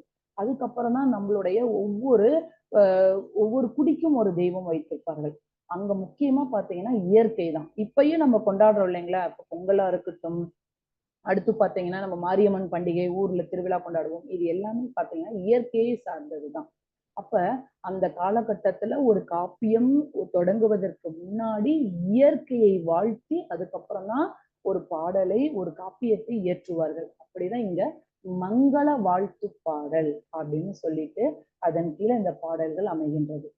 திங்களை போற்றுதும் திங்களை போற்றுதும் கொங்கலர்தார் சென்னி குளிர் வெண்குடை போன்று இவ்வங்கன் உலகளித்தலாம். ஞாயிறு போற்றுதும் ஞாயிறு போற்றுதும் காவிரி நாடன் திகிரி போல் பொற்கோட்டு மேருவளம் பிரிதலாம். மாமலை போற்றுதும் மாமலை போற்றுதும் நாமநீர் வேலி உலகிற்கு அவன் அளிப்போல் மேல் நின்று தான் சுரத்தலாம். என்னென்னலாம் போற்ற சொல்கிறார் பாருங்க. முதல்ல திங்களை போற்றுதும் திங்களை போற்றுதும் சொல்றாரு. எதுக்காக இந்த திங்களை போற்ற சொல்றாரு? முதல்ல திங்கள் அப்படின்னா என்ன அப்படின்னா, திங்கள் என்றால் நிலவு. நம்ம இலக்கணத்துல படிக்கும் பொழுது நம்ம வருவோம், அதாவது ஒரு சொல் இரு பொருள் தரும். அது பல பொருள் ஒரே ஒரு சொல்ல குறிக்கும். இதெல்லாம் நம்ம இலக்கணத்துல இருக்கு. அப்படி திங்கள் அப்படின்னு பாத்தீங்கன்னா நிலவையும் குறிக்கும், மாதத்தையும் குறிக்கும். மாதத்திற்கு இன்னொரு பெயர் திங்கள். இந்த இடத்துல நிலவை தான் இவர் குறிப்பிடுறாரு. திங்களை போற்றுதும் திங்களை போற்றுதும்னு சொல்றாரு. நிலவை போற்றுவோம், நிலவை போற்றுவோம்னு சொல்றாரு. எதுக்காக இந்த நிலவை போற்ற சொல்றாரு அப்படின்னு பாத்தீங்க அப்படின்னா, கொங்கு அலர்தார் சென்னி குளிர் வெண்குடை போன்று இவ்வங்கன் உலகு அளித்தலான். கொங்கு அலர்தார், தார் என்றால் மாலை. நீங்க அந்த காலகட்டத்துல பாத்தீங்கன்னா மன்னர்களுக்கு ஒரு அடையாளம் இருக்கும். இப்ப சேரர், சோழர், பாண்டியர் அப்படின்னு வகைப்படுத்துவோம். இந்த வகையிலே பாத்தீங்கன்னா பழமையான மன்னன் யார் அப்படின்னா சேர மன்னன் தான். சேரனுக்கு அப்புறம் தான் சோழன், சோழருக்கு அப்புறம் தான் பாண்டியர். அதனாலதான் இந்த வகையே கொண்டுட்டு வருவாங்க. இப்படி இந்த சேர மன்னனுடைய அடையாளம் அப்படின்னு பாத்தீங்கன்னா, நீங்க எல்லாருமே பொன்னியின் செல்வன் படம் பார்த்திருப்பீங்க இல்லைங்களா? அதுல சோழருடைய அப்படியே அந்த காட்சிகள் எல்லாம் ஓரளவு நம்ம காட்டியிருப்பாங்க. தஞ்சை பெரிய கோவில், அதுக்கப்புறம் கரிகால சோழன், இதை பத்தி எல்லாம் நம்ம சொல்லியிருப்பாங்க. அதுல ஒவ்வொரு மன்னர்களுக்குமே ஒவ்வொரு கொடிகள் இருக்கும். இப்ப நம்ம ஒவ்வொரு நாட்டுக்குமே இருக்கு இல்லைங்களா? நம்ம இந்தியா அப்படின்னா மூவண்ண கொடிகள் இருக்கும், அதுல அசோக சக்கரங்கள் எல்லாம் இருக்கும், நம்ம பார்த்திருப்போம். இந்த கொடிகளுடைய தன்மைகள் தெரியும். அந்த ஒவ்வொரு கொடியும் எதற்காக, அந்த நிறங்கள் எதற்காக அமைக்கப்பட்டிருக்கு, இதெல்லாம் நமக்கு தெரியும். அப்படி அந்த காலகட்டத்துல மன்னர்கள் ஆட்சி செய்யும் பொழுது தங்களுக்குன்னு ஒரு அடையாளத்தை உருவாக்கி கொள்வார்கள். அப்படி நீங்க சோழன் அப்படின்னு பாத்தீங்கன்னா, சோழ மன்னனுடைய கொடியில் புலியுடைய சின்னம் பொறிக்கப்பட்டிருக்கும், பார்த்திருப்பீங்க சரிங்களா? அதே நீங்க பாண்டியன் அப்படின்னு பாத்தீங்கன்னா மீன் சின்னம் பொறிக்கப்பட்டிருக்கும், எல்லாருமே நம்ம கவனிச்சிருக்கோம். அப்ப சேரன் அப்படின்னு பாத்தீங்கன்னா வில் அம்பு, அந்த விற்கொடி அப்படின்னு நம்ம சொல்லுவோம். அதே போலதான் இந்த மன்னர்கள் சூடிக்கொள்கின்ற மாலைகளிலும் தனித்துவம் இருக்கும். இப்ப சேரன் அப்படின்னா ஆத்தி மலர் மாலையை தான் சூடிக்கொள்வான். ஒரு போருக்கு போகும் பொழுது கூட தன்னுடைய மலருடைய அடையாளத்தை தன்னுடைய மார்பு பகுதியில் சூடிக்கொண்டுதான் செல்வான். இப்ப நம்மளுடைய சேரன் அப்படின்னா ஆத்தி மலர் சூடிக்கொள்வான். பாண்டியன் அப்படின்னு பாத்தீங்கன்னா வேப்பம்பூ அவனுடைய பூ சின்னம். அதே சோழர் அப்படின்னு பாத்தீங்கன்னா பனம்பூ. இதுதான் அவங்களுடைய பூவோடைய சின்னம். இப்படி இந்த இடத்துல நம்ம முதல்ல பாத்தீங்க அப்படின்னு பாத்தீங்கன்னா அதாவது நம்ம சேர மன்னனுடைய அந்த கொடிகள் பூக்கள் எல்லாம் நம்ம சொல்லிட்டு வரும்பொழுது மணித்தரளவும் இந்த இடத்துல வந்து நம்ம சோழனை தான் முதல்ல அறிமுகப்படுத்துறோம். அதனால நம்ம சோழன்ல இருந்தே போயிருவோம். சோழனுடைய பூக்கள் வந்து நம்ம ஆத்திப்பூ, சரிங்களா? நான் மாத்தி சொல்லிட்டேன். சோழனுக்கு வந்து ஆத்தி மலர், சேரனுக்கு தான் வந்து பனம்பூ. பனைமரம் பாத்தீங்க அப்படின்னா 100 ஆண்டுகளுக்கு அப்புறம் தான் வந்து அந்த மரம் இறக்கின்ற தருவாயில் தான் அந்த பூ வந்து விடிக்கும். நீங்க பார்த்திருப்பீங்கன்னு நினைக்கிறேன். அந்த இலைகள் எல்லாம், அந்த பனை ஓலைகள் எல்லாம் கீழே விழுந்ததுக்கு அப்புறம் அப்படியே கொத்து கொத்தா பூக்கள் அப்படியே மலர்ந்த ஒரு மாதிரி பனை ஓலைகள் பார்த்திருப்பீங்க இல்லைங்களா? அந்த பனை ஓலைகளுக்கு மேல நம்ம தென்னை குருத்து ஓலை தொங்குது இல்லைங்களா? அப்படி பூக்கள் மஞ்சள் கலர்ல அப்படியே பெருசா பார்க்கவே பிரம்மாண்டமா இருக்கும் அந்த பூக்கள். அந்த பூ வந்து பூக்க தொடங்கிருச்சு அப்படின்னாவே அவ்வளவுதான், அந்த மரம் அழிந்து விடும்னு அர்த்தம். அதுக்கப்புறம் அதோடைய வாழ்க்கையே இருக்காது. அப்படி அந்த பூக்களை தான் அடையாளமாக கொண்டிருக்கின்றார். இங்க வந்து சோழ மன்னனுக்கு ஆத்திப்பூ.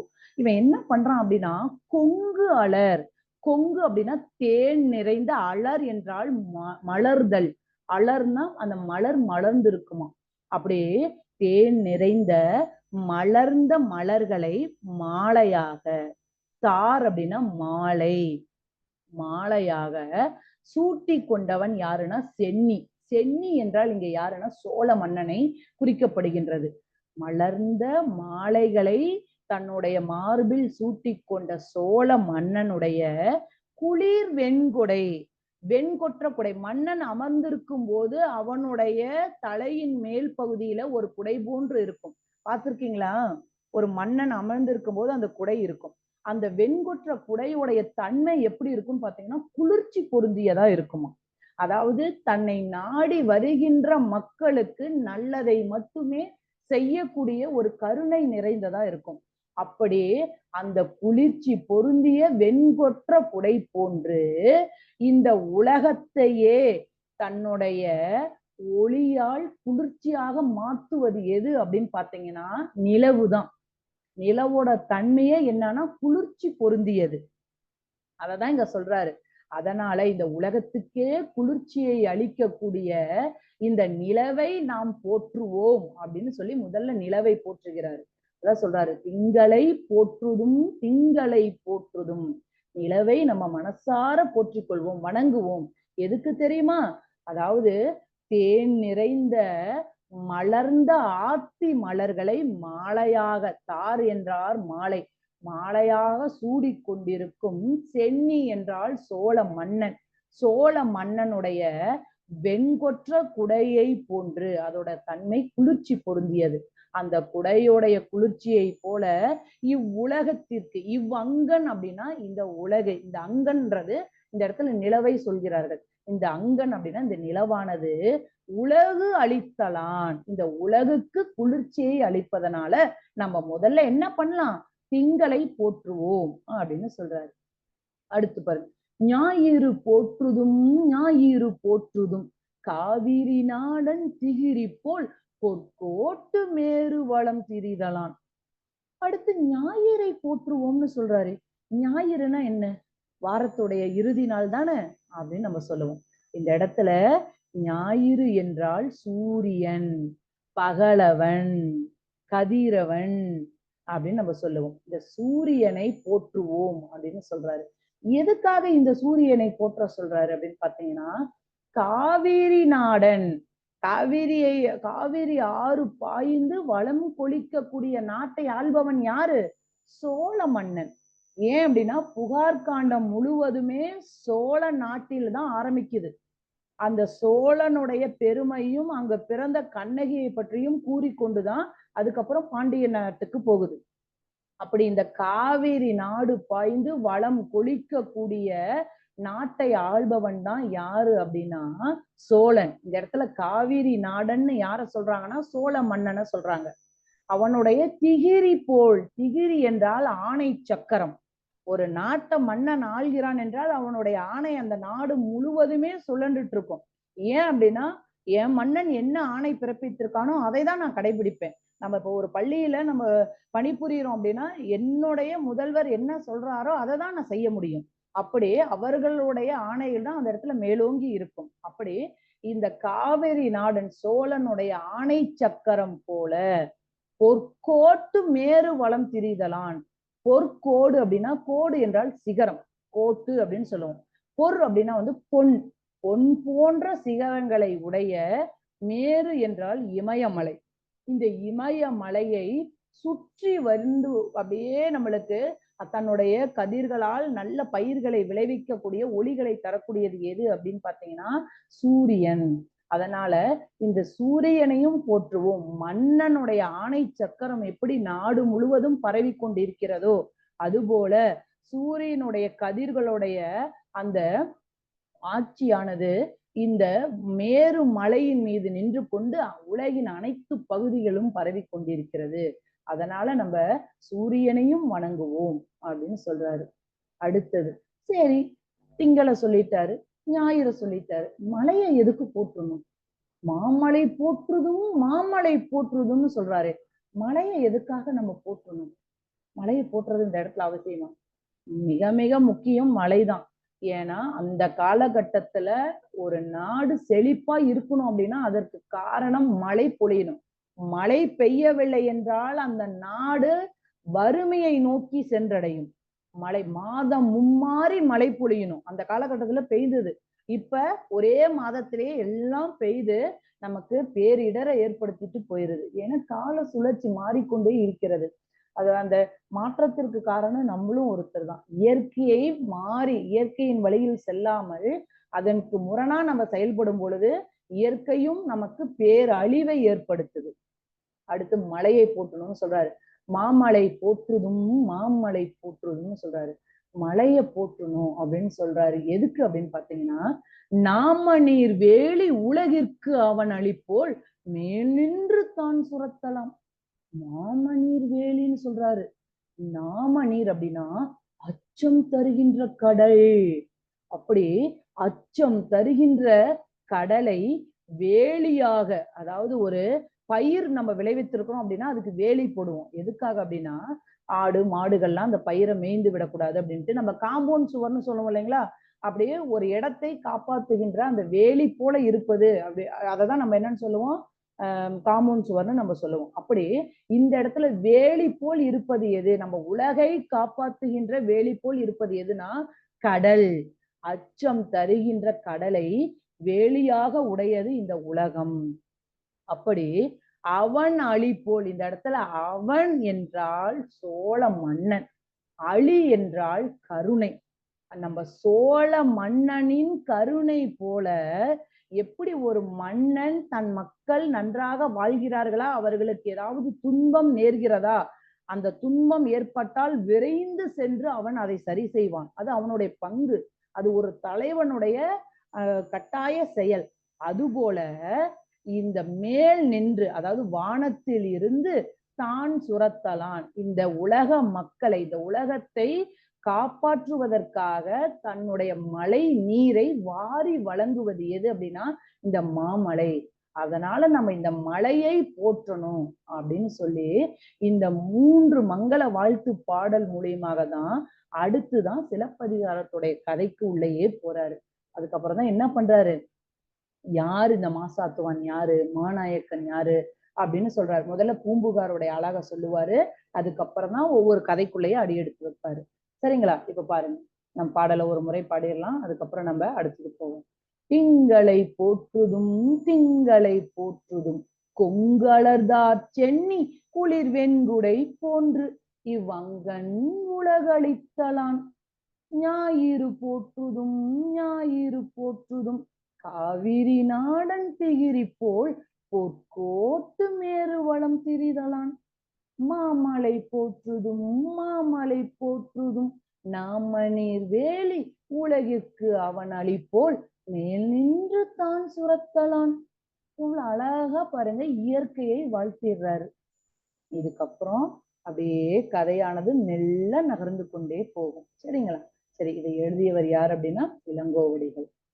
சரி, நம்ம இறுதி வகுப்புல இலக்கணம் பார்த்தோம் இல்லைங்களா? இலக்கணத்துல எழுத்துனா என்னன்னு பார்த்தோம், அந்த எழுத்துகளுடைய வகைகள் பார்த்தோம். நினைவிற்கா? எழுத்து, தமிழ் எழுத்துகள் மொத்தம் எத்தனைன்னு பார்த்தோம்?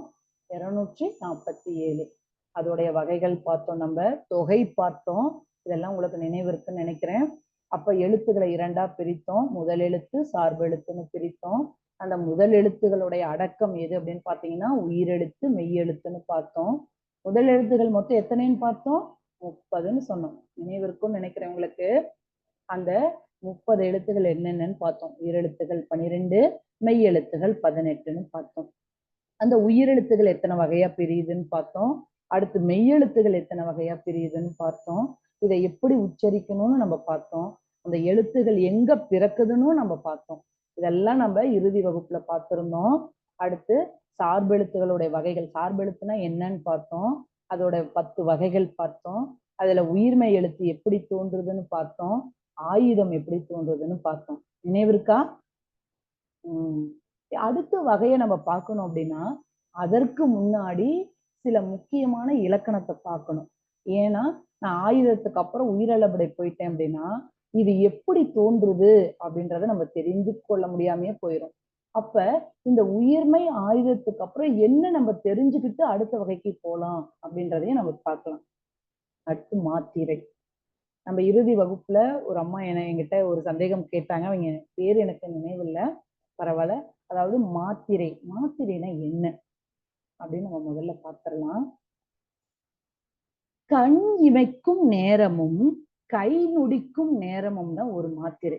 நம்ம இயல்பா இப்ப ஏதோ ஒரு விஷயம், நம்ம இப்ப தொலைக்காட்சியை பார்த்துட்டு இருக்கணும். இயல்பா நம்மளுக்கு ஏதாவது ஒரு பிடித்த ஒரு செய்தியோ அல்லது ஒரு நிகழ்ச்சியோ பார்த்து கொண்டு இருக்கும்போது இதே நம்ம பார்த்துக்கிட்டோமோ இயல்பா நம்ம கண்ணு மூடி திறக்கும். பார்த்துருக்கீங்களா? அது இயல்பா நடக்கிறது. ஆனா நம்மளுடைய நினைவுக்கு வந்துருச்சுன்னா நம்ம வேணும்னே இப்படி இப்படின்னு மூடி மூடி ஓபன் பண்ணுவோம். அப்படி வரக்கூடாது. நம்ம இயல்பா ஒரு முறை கண் மூடி அப்படி திறக்கின்ற அந்த இடைவெளி, கண் இமைக்கும் நேரமும் நம்ம கைய ஒரு முறை இப்படி நொடிக்கின்ற நேரம், கை நொடிக்கும் நேரமும் தான் நம்ம என்ன சொல்லுவோம் அப்படின்னா மாத்திரை அப்படின்னு. எதுக்காக மாத்திரை? நம்மளுக்கு உடம்பு சரியில்லை அப்படின்னா நம்ம என்ன பண்ணுவோம்? மெடிக்கலுக்கு போயிட்டு மாத்திரை வாங்கி விழுங்குவோமே, அதுவா? இல்ல. இந்த மாத்திரையை எதற்காக உருவாக்கினார்கள் அப்படின்னா நம்ம தமிழ் எழுத்துக்களை இவ்வளவு நேரம் தான் நம்ம உச்சரிக்கணும். நம்ம பாட்டுக்கு அப்படின்னு சொல்லிட்டு இருக்க முடியாது. அவ்வளவுதான். அந்த அளவு ஒரு எழுத்து தொடங்கி முடிவதற்கு எவ்வளவு நேரம் எடுத்துக்கொள்ளும் அப்படின்றதான் நம்ம மாத்திரை அப்படின்ற அளவால கணக்கிடுறார்கள். அததான் நம்ம இயல்பா ஒரு முறை கண் இமைக்கும் நேரமும் ஒரு முறை கை நொடிக்கும் நேரமும் தான் ஒரு மாத்திரை அப்படின்னு நம்ம சொல்றோம். சரி, ஒரு மாத்திரை இப்ப கண் இமைக்கிறதும் கை நொடிக்கிறதும் சொல்லிட்டீங்க. நம்ம தமிழ்ல மொத்தம் 247 எழுத்துகள் இருக்கு. இதையும் நீங்க இறுதி வகுப்புல சொன்னீங்க. அதோட வகைகளையும் சொன்னீங்க.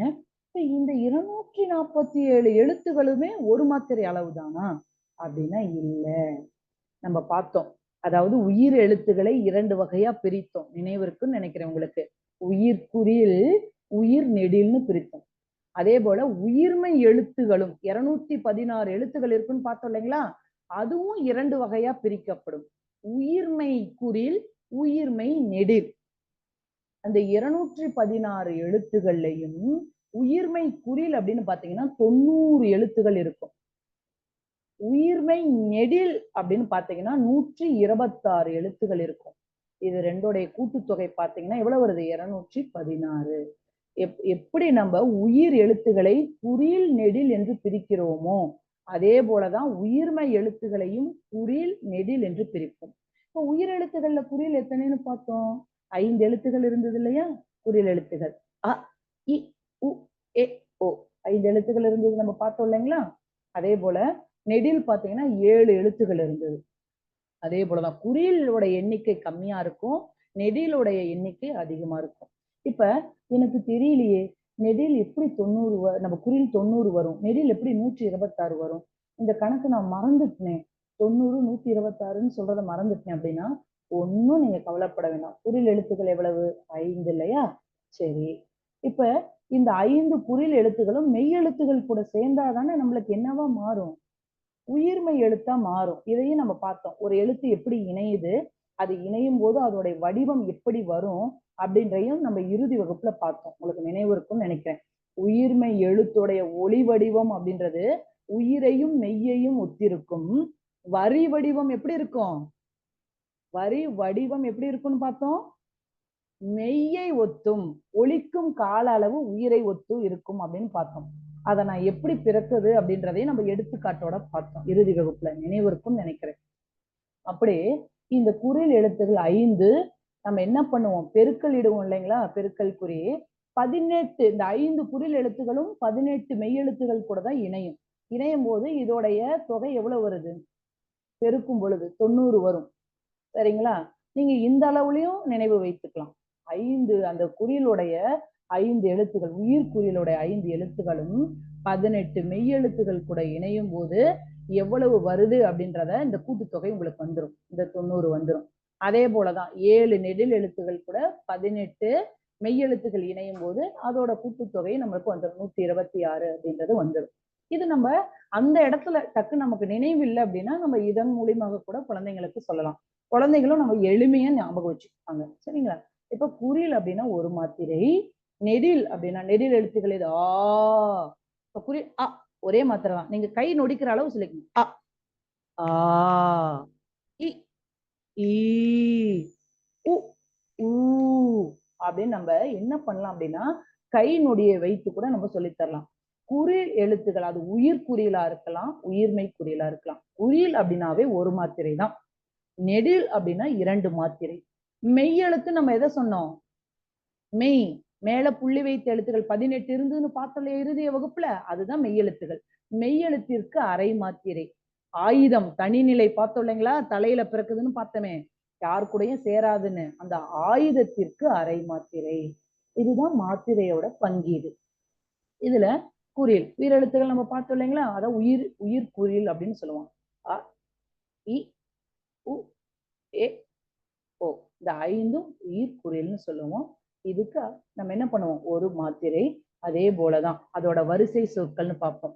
ஆவோட வரிசை பார்த்தீங்கன்னா க க ங ச ஞ ட ந, அந்த வரிசை ஃபுல்லா. சரிங்க? அதே போல கி வரிசை. அடுத்து உயிர் குறியில ஊவோட வரிசை பார்த்தீங்கன்னா கு. அடுத்து ஏ. நான் உங்களுக்கு அந்த வாய்ப்பாடு வச்சிருக்கேன், அதை காமிச்சனாதான் உங்களுக்கு கரெக்டா தெரியும். இப்படி உயிர் குறியிலா இருக்கலாம், உயிர்மை குறியிலா இருக்கலாம், ஒரு மாத்திரை தான்.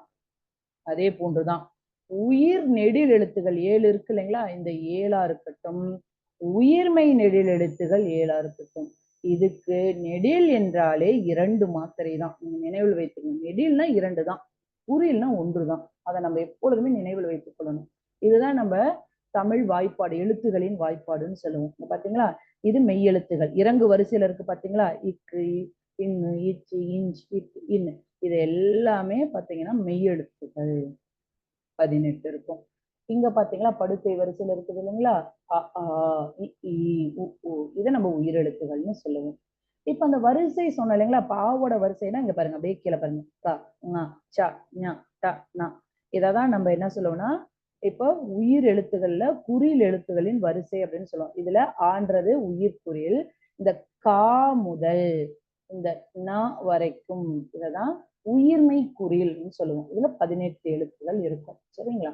இதுல அ, அடுத்து இ வரிசை. நான் சொன்னேன் இல்லைங்களா? முதல்ல காமிச்சன்லதான் உ ஏ ஓ, இந்த 5மே குறில் வரிசைகள். அடுத்து இருக்கின்ற 7மே நெடில் வரிசைகள் அப்படின்னு நம்ம சொல்லுவோம். இது நெடில். இப்ப பாருங்க ஆவோட வரிசை கா ஙா சா, இதெல்லாம் நெடில் வரிசைகள் அப்படின்னு நம்ம சொல்லுவோம். சரிங்களா? வாய்ப்பாடை வைத்தே நம்ம கண்டுபிடித்துக்கலாம். அடுத்தது இப்ப எங்களுடைய இங்க இருக்கின்ற மாணவர்களுக்கு இது இந்த இலக்கண கேள்வி மிக மிக முக்கியமா வரும். இப்ப நாங்க மாத்திரையை சொல்லி கொடுத்துட்டோம் அப்படின்னா இந்த மாத்திரையை அவன் தெரிஞ்சுட்டு மறந்து விட்டுறலாம். அப்போ பரீட்சையில நாங்க எப்படி பயன்படுத்துறது? இப்ப நாங்க என்ன பண்ணுவோம்? எழுத்துகள் ஒலிக்கும் கால அளவு டேஸ் அப்படின்னு கொடுத்துட்டா மாத்திரை. அது நம்ம குறியிலுக்கு ஒரு மாத்திரை, நெடிலுக்கு 2 மாத்திரை, மெய்யெழுத்துனா அரை மாத்திரை, ஆயுதத்துக்கு அரை மாத்திரை, இதை சொல்லி விட்டுருவோம். ஆனா இதுல நம்ம தமிழ் சொற்கள் இருக்கு பாத்தீங்களா? ஏதாவது ஒரு சொற்களை கொடுத்துட்டு மாத்திரை அளவை கண்டுபிடி அப்படின்னு நம்ம கொடுத்துருவோம். நாங்க இப்படிதான் ஒரு கேள்வி கேட்போம். மாத்திரை அளவை கண்டுபிடி. இப்ப தமிழ்னு ஒரு சொல்ல கொடுத்துருவோம். அப்படியே தமிழ் மாத்திரை அளவை கண்டுபிடி, ஆசிரியர் மாத்திரை அளவை கண்டுபிடி. இது ஒரு வினாவா நம்மளுடைய பொது தேர்விலும் வரும். இப்ப தமிழ் இதுல பாருங்க, தான்றது குறியிலா நெடிலா? உயிர்மை குறில். அப்ப குறில்னாவே எவ்வளவு மாத்திரை சொல்லியிருக்கோம்? ஒரு மாத்திரை. மீ குறியிலா நெடிலா? குறில். அப்ப குறில்னா எவ்வளவு மாத்திரை? ஒரு மாத்திரை. எள் என்ன எழுத்து? குறியிலா நெடிலா மெய்யா ஆயுதமா? இது வந்து மெய் எழுத்து. அப்ப மெய்யுக்கு மாத்திரை எவ்வளவுன்னு பார்த்தோம்? அரை. இப்ப அரை கூட்டுத்தொகை எவ்வளவு வருது? 1 கூட்டல் 1 2. 2 கூட்டல் அரை 2 அரை. அப்ப இந்த சொல்லுக்கான மாத்திரை அளவு 2 அரை. இப்படிதான் நம்ம ஒவ்வொரு தமிழ் சொல்லுக்குமே மாத்திரை கண்டுபிடிக்க சொல்லுவோம். அப்ப அந்த குழந்தைகளுக்கு மாத்திரையானது அப்படியே பசுமரத்து ஆணியை போல நன்றாக பதிந்து விடும் மனதில். அப்ப குடும்பம் மாத்திரை அளவை கண்டுபிடி, அப்ப அந்த கூட்டுத்தொகையை எழுது அப்படின்னு சொல்லுவோம். அப்ப குடும்பத்துல நம்ம ஒவ்வொரு வார்த்தைக்கும், அப்ப ஒவ்வொரு சொல்லுக்குமே வார்த்தைகளை எழுதி சொல்லுக்கு நம்ம மாத்திரையை கண்டுபிடிக்கும் பொழுதே அந்த குழந்தை என்ன ஆயிரும் அப்படின்னா அந்த இடத்துல மாத்திரையை தெளிவா கண்டுபிடிச்சிருக்கும். அம்மா மாத்திரையை கண்டுபிடின்னு சொல்லுவோம். குறில் எழுத்து. இம் மெய் எழுத்து. மா நெடில் எழுத்து. அப்ப நெடிலுக்கு 2 மாத்திரை, குறிலுக்கு 1 மாத்திரை. இம் என்றால் மெய், மெய்க்கு எவ்வளவு மாத்திரை? இப்ப அப்து அப்படின்னு எழுதுங்க. அப்துக்கு மாத்திரை கண்டுபிடிக்க சொல்லுங்க. ஆவுக்கு 1 மாத்திரை. அடுத்தது அக்கு வந்ததுன்னா எத்தனை மாத்திரை? அரை மாத்திரை. து 1 மாத்திரை. அப்ப கூட்டுத்தொகை எவ்வளவுன்னு பாருங்க. அப்ப அந்த குழந்தைகளுக்கு மாத்திரை நன்றாக புரிந்துவிடும். இதெல்லாம் நம்ம சொற்களை எழுதிட்டு அப்ப அந்த சொற்களுக்கு மாத்திரைகளை கண்டுபிடிக்க வேண்டும். இந்த மாத்திரை தெரிந்து விட்டால்தான் அந்த குழந்தையால ஒவ்வொரு சொல்லையும் உச்சரிக்கவே முடியும். எந்த அளவு உச்சரிக்கணும் அப்படின்றதும் தெரியும். மாத்திரைன்றது மிக மிக மிக மிக முக்கியம். ஒரு எழுத்தை எப்படி உச்சரிக்கணும் அப்படின்றதும் அந்த குழந்தைகள் அறிந்து கொள்ள வேண்டும். எவ்வளவு நேரம் வேணும்னாலும் ஒழிக்கணும்னு அந்த குழந்தைங்களுக்கு நம்ம டைம் கொடுக்க கூடாது. நேரம் அதிகரித்தால் எழுத்துகளுடைய முறை மாறும் அப்படின்றதையும் நம்ம அந்த குழந்தைகளுக்கு தெரியப்படுத்தணும். அப்படின்னா நீங்க அந்த 1 மாத்திரை அளவு தான் உச்சரிக்கணும். 2 மாத்திரை அளவு. அப்ப இக் அரை மாத்திரை அளவு. அப்ப இந்த மாத்திரை அளவுகளை சொல்லும் பொழுதுதான் குழந்தைகளால சரிவர அந்த எழுத்துகளா இருக்கட்டும் சொற்களா இருக்கட்டும் உச்சரிக்க முடியும். இந்த எழுத்துக்களை நம்ம கொடுக்கலாம். இந்த எழுத்துகளுக்கு மாத்திரையை முதல்ல கண்டுபிடிக்க சொல்லிட்டு அதுக்கப்புறம் சொற்கள் ஒண்ணு கொடுத்து அந்த குழந்தைங்களை மாத்திரையை நம்ம கண்டுபிடிக்க சொல்லலாம். இந்த மாத்திரை சரி, நான் அடுத்தது ஒரு இலக்கணம் எடுத்துட்டு வந்தேன். ஆனா நம்மளுக்கு நேரம் வந்து ரொம்ப அதிகமாவே ஆயிடுச்சு இல்லைங்களா? அடுத்த இலக்கணத்தை நம்ம அப்படியே பார்ப்போம், அடுத்த வகுப்புல பார்ப்போம். ஏன் அப்படின்னா நம்ம இன எழுத்துகள் தெரிஞ்சுக்கணும். இன எழுத்துகளுக்கு அப்புறம் ஒரு சொல் இருக்கு அப்படின்னா அந்த சொல்லுடைய அப்படியே முன் பகுதியில இப்ப மாமலை அப்படின்னு நம்ம ஒரு சொற்களை எடுத்துக்கிட்டோம் அப்படின்னா இந்த சொல்லுடைய முதல்ல எந்த எழுத்து வரணும்? இட்டு போடலாமா? இட்டு போட்டா அது தமிழ் சொல்லாகுமா? அது இப்படிதான் முறையா? அது தமிழ் மொழியா? அப்படின்ட்டு நம்ம ஒரு வரைமுறை இருக்கு. என்னென்ன சொல்லலாம் முதல்ல வரணும், அதாவது ஒரு எந்த எழுத்தானது ஒரு சொல்லுக்கு முதல்ல வரணும் அப்படின்றத நம்ம முதல்ல தெளிவா தெரிஞ்சுக்கணும். அது ஒரு இலக்கணமே இருக்கு, மொழி முதல் இறுதி எழுத்துகள்னு. அதுவும் அடுத்தது இன எழுத்துகள், எதெல்லாம் ஃப்ரெண்ட்ஸ் எழுத்து இதெல்லாம் பார்த்துட்டோம்னா தான் உயிரளபடை போகும் பொழுது நமக்கு இந்த இன எழுத்துகள் தான் அங்க நம்ம என்ன பண்ணுவோம் அப்படின்னா ஒப்பிட்டு பார்ப்போம்.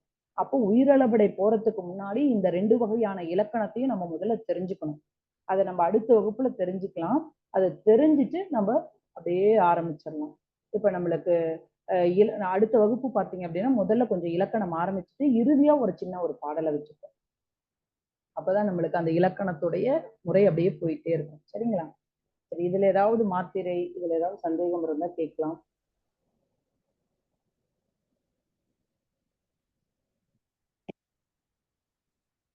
ரொம்ப அதிகமா நேரம் வேற எடுத்துப்பேன். மணி தரலவும் இல்ல, சிலப்பதிகாரம் கதை வந்து மேலோட்டமா பள்ளி பருவத்துல படித்தது. அது இப்ப முழு கதையும் கேட்கறதுக்கு அமைஞ்சது.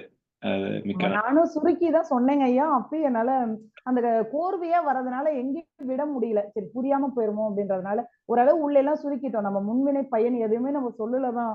இருந்தாலும் எனக்கு அந்த நேரம் போயிட்டே இருந்துச்சுங்களா, அதனால என்னால இலக்கணத்துக்கு டக்குன்னு வர முடியல. இல்ல, அது ரொம்ப தெளிவா அந்த அந்த படத்தை அதை ஒரு நம்ம முன்னாடி அப்படியே ஒரு திரையில பாக்குற மாதிரி ஒரு விளக்கம் இருந்தது. நம்ம மற்றவங்க இன்னொரு பாடல் பார்க்கும்போது கூட அந்த ஊழ்வினை பயனை நம்ம பார்க்கலாம். அந்த சின்னதா சுருக்கமா ஒரு கதையை பார்த்துட்டு கூட நம்ம அடுத்த பாடல் போகும்பொழுது போகலாம். சிலப்பதிகார பாடல் எடுக்கும் பொழுது. நல்லது. வேற யாருக்கும் கேள்விகள் இருக்கா? இல்ல கடந்த வாரம் மாத்திரையில ஏதாவது சந்தேகம் இருக்கா? இல்ல கடந்த வாரம் நடத்தினதுல ஏதாவது பார்த்தீங்களா? மாத்திரையில எனக்கு இந்த இதுல சிலப்பதிகாரத்துல காண்டம் சொன்னீங்கல்ல, அதுல ஆமாங்க. அதுல காண்டம் பிரிச்சுட்டு காதைகள் போட்டு சொன்னீங்கல்ல, அது காதைகள் தான் கதைகள் தானா இல்ல காதைகள் வேற மீனிங்? காதைன்றது உட்பிரிவுங்க. உட்பிரிவை தான் காதைகள்னு சொல்லுவோம் நம்ம. கதைகள் வேற, காதை வேற. அப்போ வந்து பாத்தீங்க அப்படின்னா வெறும் கதைகள்ல இருக்காது. இப்ப நம்ம பொருள் புரியறதுக்காக தான் ஒரு பாடலை கொடுத்துட்டு அதுக்கு விளக்கம் கொடுக்குறாங்க. அன்றைய காலகட்டத்தில எல்லாம் பாத்தீங்கன்னா அந்த ஓலைச்சுவடிகள் எழுதிட்டு இருக்கும்போது வெறும் பாடல் தான். பாடல் வடிவத்துலதான் நம்ம கதையை புரிஞ்சுப்போம். அவங்க வந்து உட்பிரிவுகள் நம்ம எடுத்தோடனே இப்ப 4755 பாடல்கள் இருக்கு அப்படின்னு சொல்லிட்டா யாராலையுமே நம்ம பயந்துருவோம் முதல்ல படிக்கிறதுக்கு. முதல்ல நம்ம திருக்குறளுமே அதேதான். இப்ப எடுத்தோடனே 1330 குறள் இருக்குதுன்னா அப்பா இவ்வளவு குறளை நான் படிக்கணுமா அப்படின்னு நினைப்போம். அதனாலதான் எடுத்தோடனே 3 பெரும் பிரிவு இருக்கு. அதுக்கப்புறம் உட்பிரிவு அதிகாரம்னு பிரிச்சிருக்காங்க. அப்ப அதிகாரம்னா என்ன? இப்ப இதுல காதை அப்படின்னா என்னன்னு பாத்தீங்கன்னா ஒவ்வொரு நிகழ்வு எங்க நிகழ்கிறது அப்படின்ற ஒரு நம்ம நெரேட்டர்னு நம்ம சொல்லுவோம் இல்லைங்களா? ஒரு கதையை நம்ம ஆரம்பிக்கிறதுக்கு முன்னாடி ஒருத்தர் வந்து நம்மளுக்கு முன்னாடி சொல்லுவாங்க, இவங்க இதெல்லாம் செய்ய போறாங்க, இப்ப இந்த கதையை நம்ம பார்க்க இருக்கிறோம் அப்படின்னு ஒருத்தர் வந்து அந்த கதையை தொகுத்து சொல்லுவாங்க இல்லைங்களா? அப்ப இந்த பாடலை இந்த தலைப்புக்கு கீழே நம்ம பார்க்க போறோம். இப்ப இந்த இந்த நிகழ்வெல்லாம் அங்க நிகழ்கிறது. அந்த நிகழ்வுகளை தான் நம்ம அந்த இடத்துல காதைகள்னு பிரிச்சிருப்பாங்க.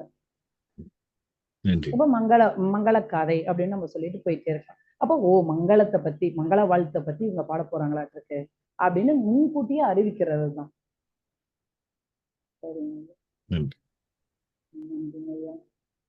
சிலப்பதிகாரத்துக்குரிய ஒரு விக்கிபீடியா, தமிழ் விக்கிபீடியால இருக்கிற ஒரு இதை எடுத்து நான் இந்த லிங்க் இதுல பகிர்ந்திருக்கேன். அது அந்த இணைப்புல வந்து அந்த கதை காதை அந்த ஒவ்வொரு காண்டம் ஒவ்வொரு காண்டத்துக்கு கீழே என்னென்ன காதைகள் இருக்கு அப்படிங்கிற அந்த விளக்கம் இருக்கு. அந்த ஒவ்வொரு காதைக்குரிய விளக்கமும் இருக்கு. விரிவா வாசிக்கணும்னு நினைக்கிறவங்களுக்கு இது ஒரு நல்ல இப்படினாச்சும் கண்டிப்பா தெரிஞ்சுக்கலாம். ஒவ்வொரு காப்பியத்தோட கதை சுருக்கம் தெரியும் போதுனாச்சும் இப்படி எல்லாம் நிகழ்ந்திருக்கு அப்படின்னு நம்மளால கண்டிப்பா தெரிஞ்சுக்க முடியும். உங்ககிட்ட நான் பகிரும் பொழுதும் எனக்கும் அது நினைவுக்கு வரும். எனக்கும் அப்பாச்சே நம்ம இன்னைக்கு இந்த காப்பியத்துல இதை நம்ம இன்னைக்கு நம்மளால ஒருத்தர் தெரிஞ்சுக்கிறாங்க அப்படின்றது எனக்கு ஒரு சந்தோஷம் தாங்க ஐயா. ரொம்ப அருமையா இருந்தது இன்னைக்கு வகுப்பு. உங்களுக்கும் பயனுள்ளதா இருக்கும்னு நினைக்கிறேன். நீங்க தான் சொல்லணும்.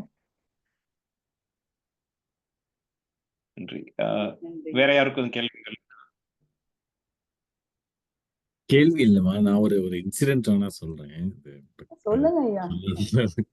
நீங்க போன வாரம் வந்து சொன்னீங்கல்ல, அந்த உயிரெழுத்துக்கள் சொல்லும் போது நம்ம தசைகள்லாம் ஒரு எக்ஸசைஸ் மாதிரி, அது உடற்பயிற்சி மாதிரி. அதே மாதிரி மெய்யெழுத்துக்கள் சொல்லும் போது நம்ம வயிற்று பகுதி உள்ள இருக்கிறதுனால நமக்கு அது ஒரு எக்ஸசைஸ், தொப்பையெல்லாம் குறையும். அதை வந்து சரி சொல்லலான்ட்டு இன்னைக்கு எனக்கு பள்ளியில வகுப்பு இருந்தது.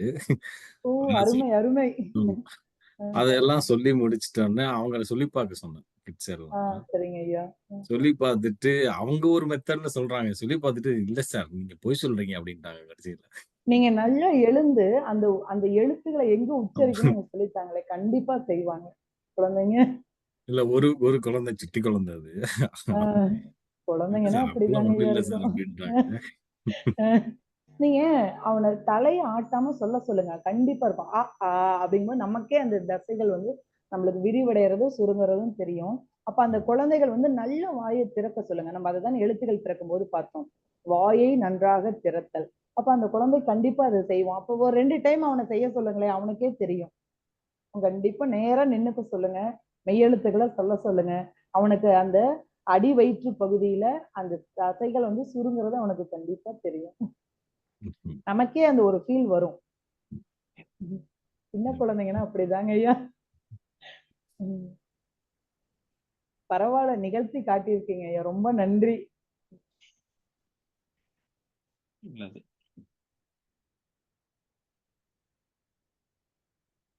வணக்கங்க. வணக்கம்மா. எனக்கு ஒரு சின்ன சந்தேகம் எழுத்துக்கள் நீங்க எடுத்திருந்ததுல. எழுத்துக்கள்ல உயிர் எழுத்துக்களும் மெய் எழுத்துக்களை மட்டும்தான் நம்ம தொல்காப்பிய விதிப்படி எழுத்ததிகாரத்துப்படி நம்ம எழுத்துக்கள்னு சொல்லணும். அந்த இப்ப தமிழ் எழுத்துக்கள் எத்தனைன்னு கேட்டா அந்த 12ம் 18ம் சேர்ந்த 30 தான் தமிழ் எழுத்துக்கள். அந்த உயிர்மை எழுத்துல வரக்கூடிய உயிர்மை எழுத்துல வரக்கூடிய நம்ம மொத்த இப்ப தமிழ் எழுத்துக்கள் எத்தனைன்னு கேட்டா 247ன்னு சொல்றோம். அது தவறு. அப்படி சொல்லக்கூடாது. உயிர் எழுத்தும் மெய் எழுத்து மட்டும்தான் தொல்காப்பியத்துப்படி நமக்கு எழுத்துக்கள். இது 2ம் சேரும்போது அதனோட அசைவுல பிறக்கக்கூடிய வார்த்தை தான் எழுத்துக்கள் தான் உயிர்மை எழுத்துக்கள். அதனால அந்த உயிர்மை எழுத்துக்களை அசைன்னு தான் சொல்லணுமே தவிர எழுத்துன்னு சொல்லக்கூடாது அப்படின்னு சொல்றாங்க. இதுல என்னன்றது எனக்கு கொஞ்சம் தெளிவு. ஆனா நம்ம சொல்றது என்னன்னா, எழுத்துக்கள் அசைன்னு நம்ம எப்போ யாப்புகள்ல தான் அப்படி பிரிப்பாங்க. அதாவது தொல்காப்பியம் மாணவர்களுக்கு கொஞ்சம் கடினமா இருக்கிறதுனாலதான் அதோட வழிநூலை நம்ம நன்னூலை உருவாக்குனாங்க. இப்ப நன்னூல்ல பாத்தீங்க அப்படின்னா, இப்ப உயிரும், அதாவது நம்ம சொல்லுவோம் அதாவது உயிரும் மெய்யும், அதாவது உடல் மேல் உயிர் ஒன்றுவது இயல்புன்னு நம்ம பார்த்திருக்கோம் நன்னூல் பிரகாரம். இப்ப நன்னூல் நம்ம எளிமைப்படுத்துவதற்காக தான், இலக்கணத்தை எளிமைப்படுத்தணும் அப்படின்றதுக்காக தான் வழிநூலா கொண்டுட்டு வந்தாங்க. இப்ப எடுத்தோடனே நீங்க அசை அப்படின்னு நீங்க சொல்லிட்டீங்க அப்படின்னா உயிர்மை எழுத்துக்களையே நம்ம சொல்லல. இப்ப வாய்ப்பாடு நம்ம கொடுக்கும் போதே பாத்தீங்கன்னா குழந்தைகளுக்கு உயிரெழுத்துக்கள் மெய்யெழுத்துக்கள் இரண்டையும் சார்ந்து பிறக்கின்ற எழுத்துக்கள் தான் நம்ம சார்பெழுத்துக்கள்னு சொல்லணும். அதாவது உயிரும் மெய்யும் இணைவதனாலதான் நம்ம உயிர்மை எழுத்துக்கள் தோன்றுதுன்னு சொல்லணும். அப்ப நம்ம அதுக்கு நம்ம வாழ்க்கையோடைய இணைத்தே நம்ம சொல்லுவோம். அதாவது ஒரு குடும்பத்துல அப்படின்னா தலைவர்கள் அப்பா அம்மா தான், அவர்களுடைய மூலியமா நம்ம இந்த உலகத்தை பார்ப்பவர்கள் தான் குழந்தைகள் அப்படின்னு நம்ம சொல்றோம் இல்லைங்களா. ஆனா தொல்காப்பியத்துல பாத்தீங்க அப்படின்னா அந்த முதன்மையானவர்களை மட்டும்தான் சொல்லியிருப்பாங்க. ஆனா நம்ம வழிநூலான நன்னூல்ல அந்த எழுத்துகளுக்கு ஒரு பெயரிட்டு வழங்கியிருப்பாங்க. உயிர்மை எழுத்துகள், அந்த உயிர்மை எழுத்துகளோட வகைகள் தான் இது. இப்ப நீங்க யாப்புன்னு பாத்தீங்கன்னா நம்மளுடைய தொல்காப்பிய அடிப்படையில பாத்தீங்கன்னா அதோட பிரிப்பு முறையே வேறையா இருக்கும். எழுத்துக்கு அப்புறம் அசை போயிரும். அப்ப எழுத்து அப்படின்னா அங்க குறில் நெடில் ஒற்று, அவ்வளவுதான், அதோட முடிச்சிருவாங்க. அதுல உயிர் குறில் உயிர்மை குறில் இதெல்லாம் வரவே வராது தொல்காப்பியத்தை பொறுத்த வரைக்கும். அதுல உயிர் நெடில் ஒற்று, அவ்வளவுதான், அதோட போயிடும். இதை வச்சு அசை பிரிக்க ஆரம்பிச்சிருவாங்க. அடுத்தது அந்த சொல்ல மாறுறத நம்ம அசைன்னு சொல்லிடுவோம். அதாவது அந்த உயிர்மை எழுத்துக்கள் சேரும் இல்லைங்களா. இப்ப திருக்குறளை வச்சு நம்ம ஒரு வார்த்தைகள் அப்படின்னா இப்ப இந்த மாமலை அப்படின்னு இருக்கும் பொழுதே இதை அசை பிரிப்பாங்க. அதாவது நெடில் ஒரு அசையாக அப்படியே மாத்திட்டு அப்படியே அசைகள் பிரிக்க ஆரம்பிச்சிருவாங்க. அப்ப நெடில் நெடில் தனித்தும் நெடில் ஒற்றோட இணைந்து அப்படின்னு அசை பிரிக்க போயிருவாங்க தொல்காப்பியத்துல. நீங்க அப்படி மாணவர்களுக்கு தொல்காப்பியத்தின் வழியா நடத்துனீங்க அப்படின்னா கண்டிப்பா அது மாணவர்களுக்கு சென்றடையாது. அதுக்கு எளிமைப்படுத்தணும், இலக்கண முறையை எளிமைப்படுத்துவதற்காக தான் நம்மளுக்கு வழிநூலை நன்னூலை பவனந்தி அடிகள் எழுதினாரு. இப்ப நன்னூல்ல போகும் பொழுது நம்ம தெள்ள தெளிவா எழுத்துக்கள் அப்படின்னா இந்த எழுத்துக்கள் 2 எழுத்துக்கள் இணையும் போது நம்ம உயிர்மை எழுத்துக்கள் பிறக்குது அப்படின்னா அது எந்தெந்த வகையில பிறக்குது. இப்ப இந்த எழுத்துக்களை வச்சு நம்ம சொல்லும் போது அது மாணவர்களுக்கு எளிமையா இருக்கணுன்றதுக்காக தான், இலக்கணத்தை எளிமைப்படுத்துவதற்காக தான் நம்மளுக்கு நன்னூலே வந்தது. இப்ப நம்ம பெருவாரியான இருக்கிற மாணவர்களுக்கு நன்னூலை தான் நம்ம வழிகாட்டியா கொண்டுட்டு போயிட்டு இருக்கோம். ஏன் அப்படின்னா இப்ப யாருமே தமிழ்ல புலமை வாய்ந்து ரொம்பவும் தெரிஞ்சவங்க, அதாவது தொல்காப்பியத்தை உணர்ந்து நம்ம படிக்கிற அளவுக்கு இல்ல. அதுதான் உண்மை. அப்ப நம்ம வழிநூல் வழியாக தான் இல்ல. இப்ப அடிப்படையில நம்ம சொல்றது என்ன கேக்குறேன்னா, இப்ப அடிப்படையில நம்ம சொல்லக்கூடிய அந்த இது சரியா 247 எழுத்துக்கள் அப்படின்னு சொல்றது சரியா அப்படின்னு கேக்குறேன். எழுத்துக்கள் தான் அதை சொல்லணுமா அப்படிங்கிற. ஆமா ஆமா, எழுத்துக்கள்ல தான் நம்ம உச்சரிக்கணும், சொல்லணும். அதுதான் குழந்தைகளுக்கு சொல்லி தரணும். சரி சரி சரி, அதுதான் சரி. இன்றைய வகுப்பு முடித்துக் கொள்ளலாங்களா? மத்தவங்களுக்கு கேள்வி இல்லைன்னா முடிச்சுக்கலாங்க.